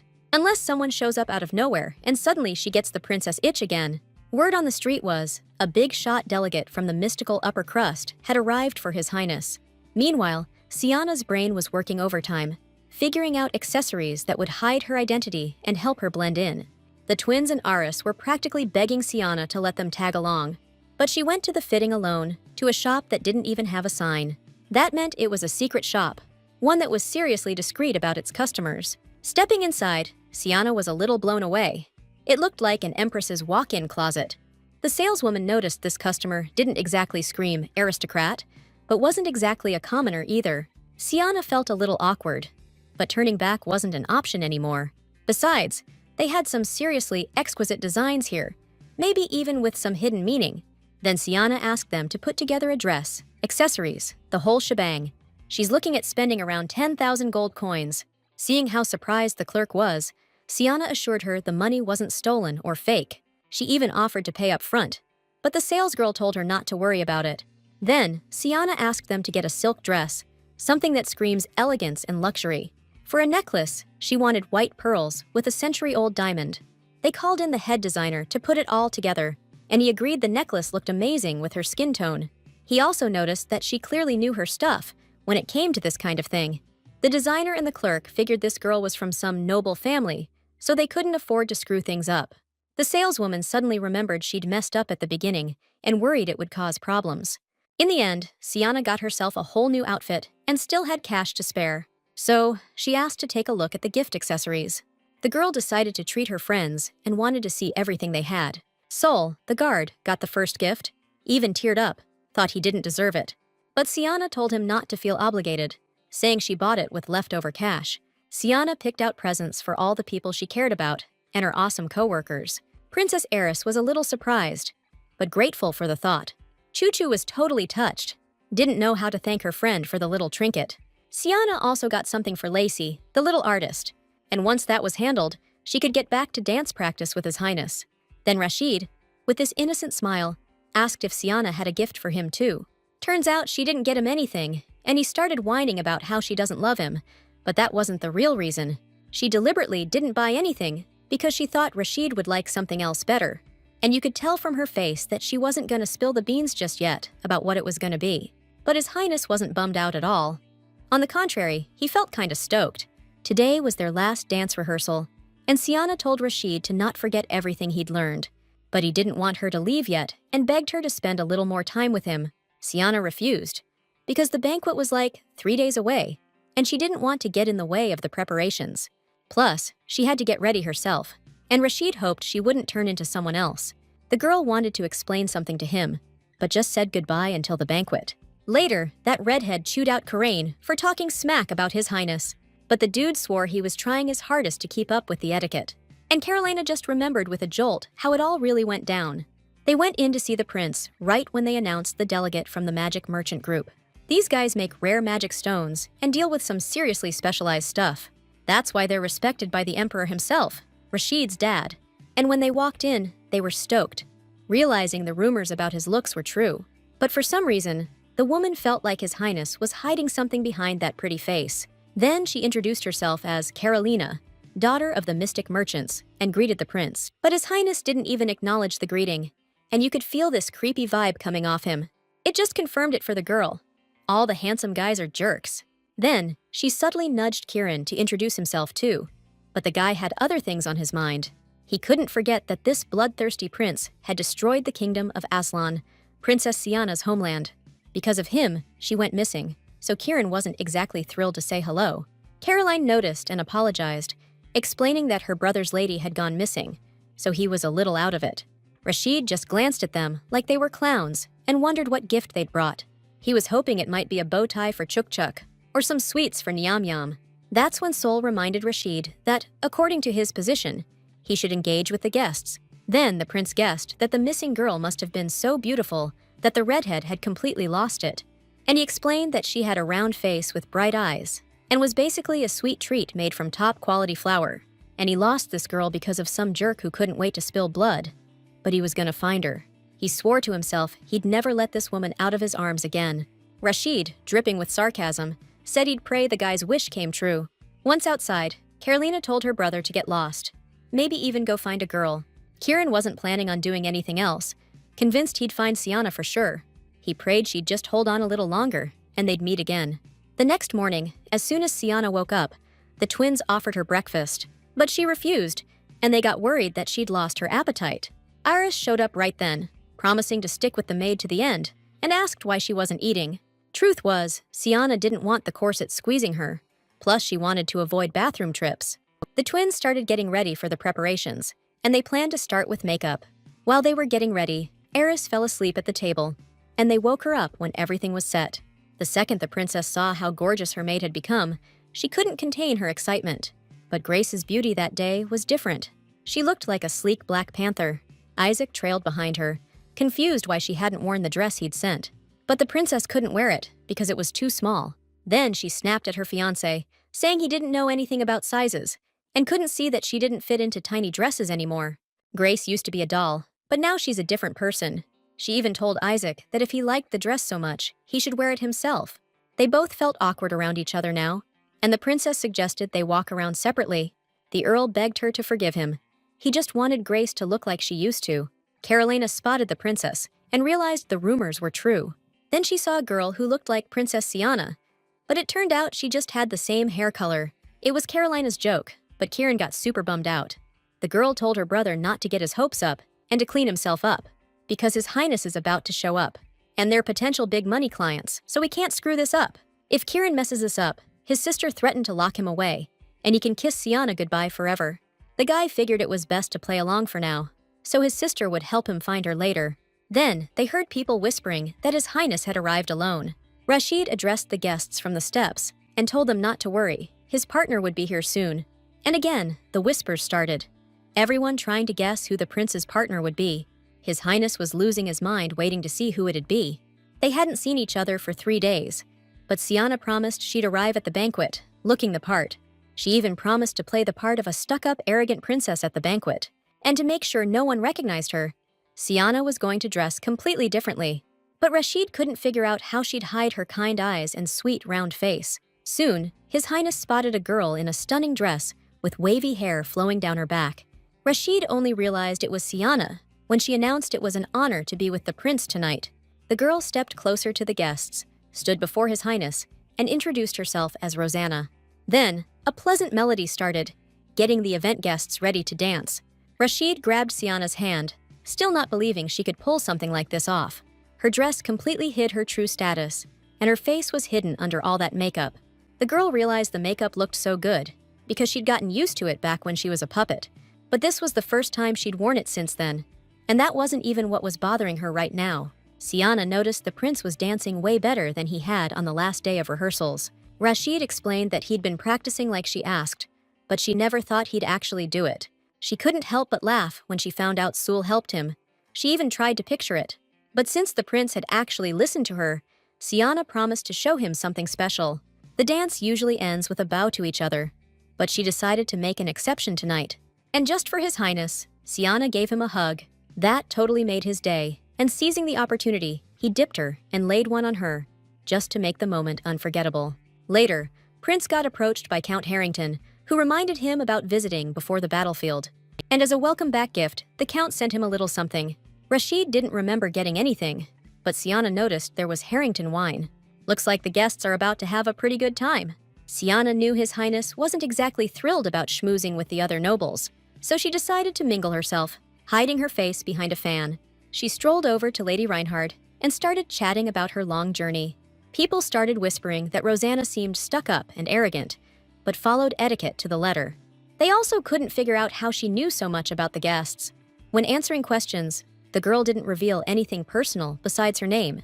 Also, some guests noticed that Rosanna and His Highness looked great together. Someone wanted to see that couple again, but under calmer circumstances. Plus, the guests were really surprised at how actively His Highness praised his companion.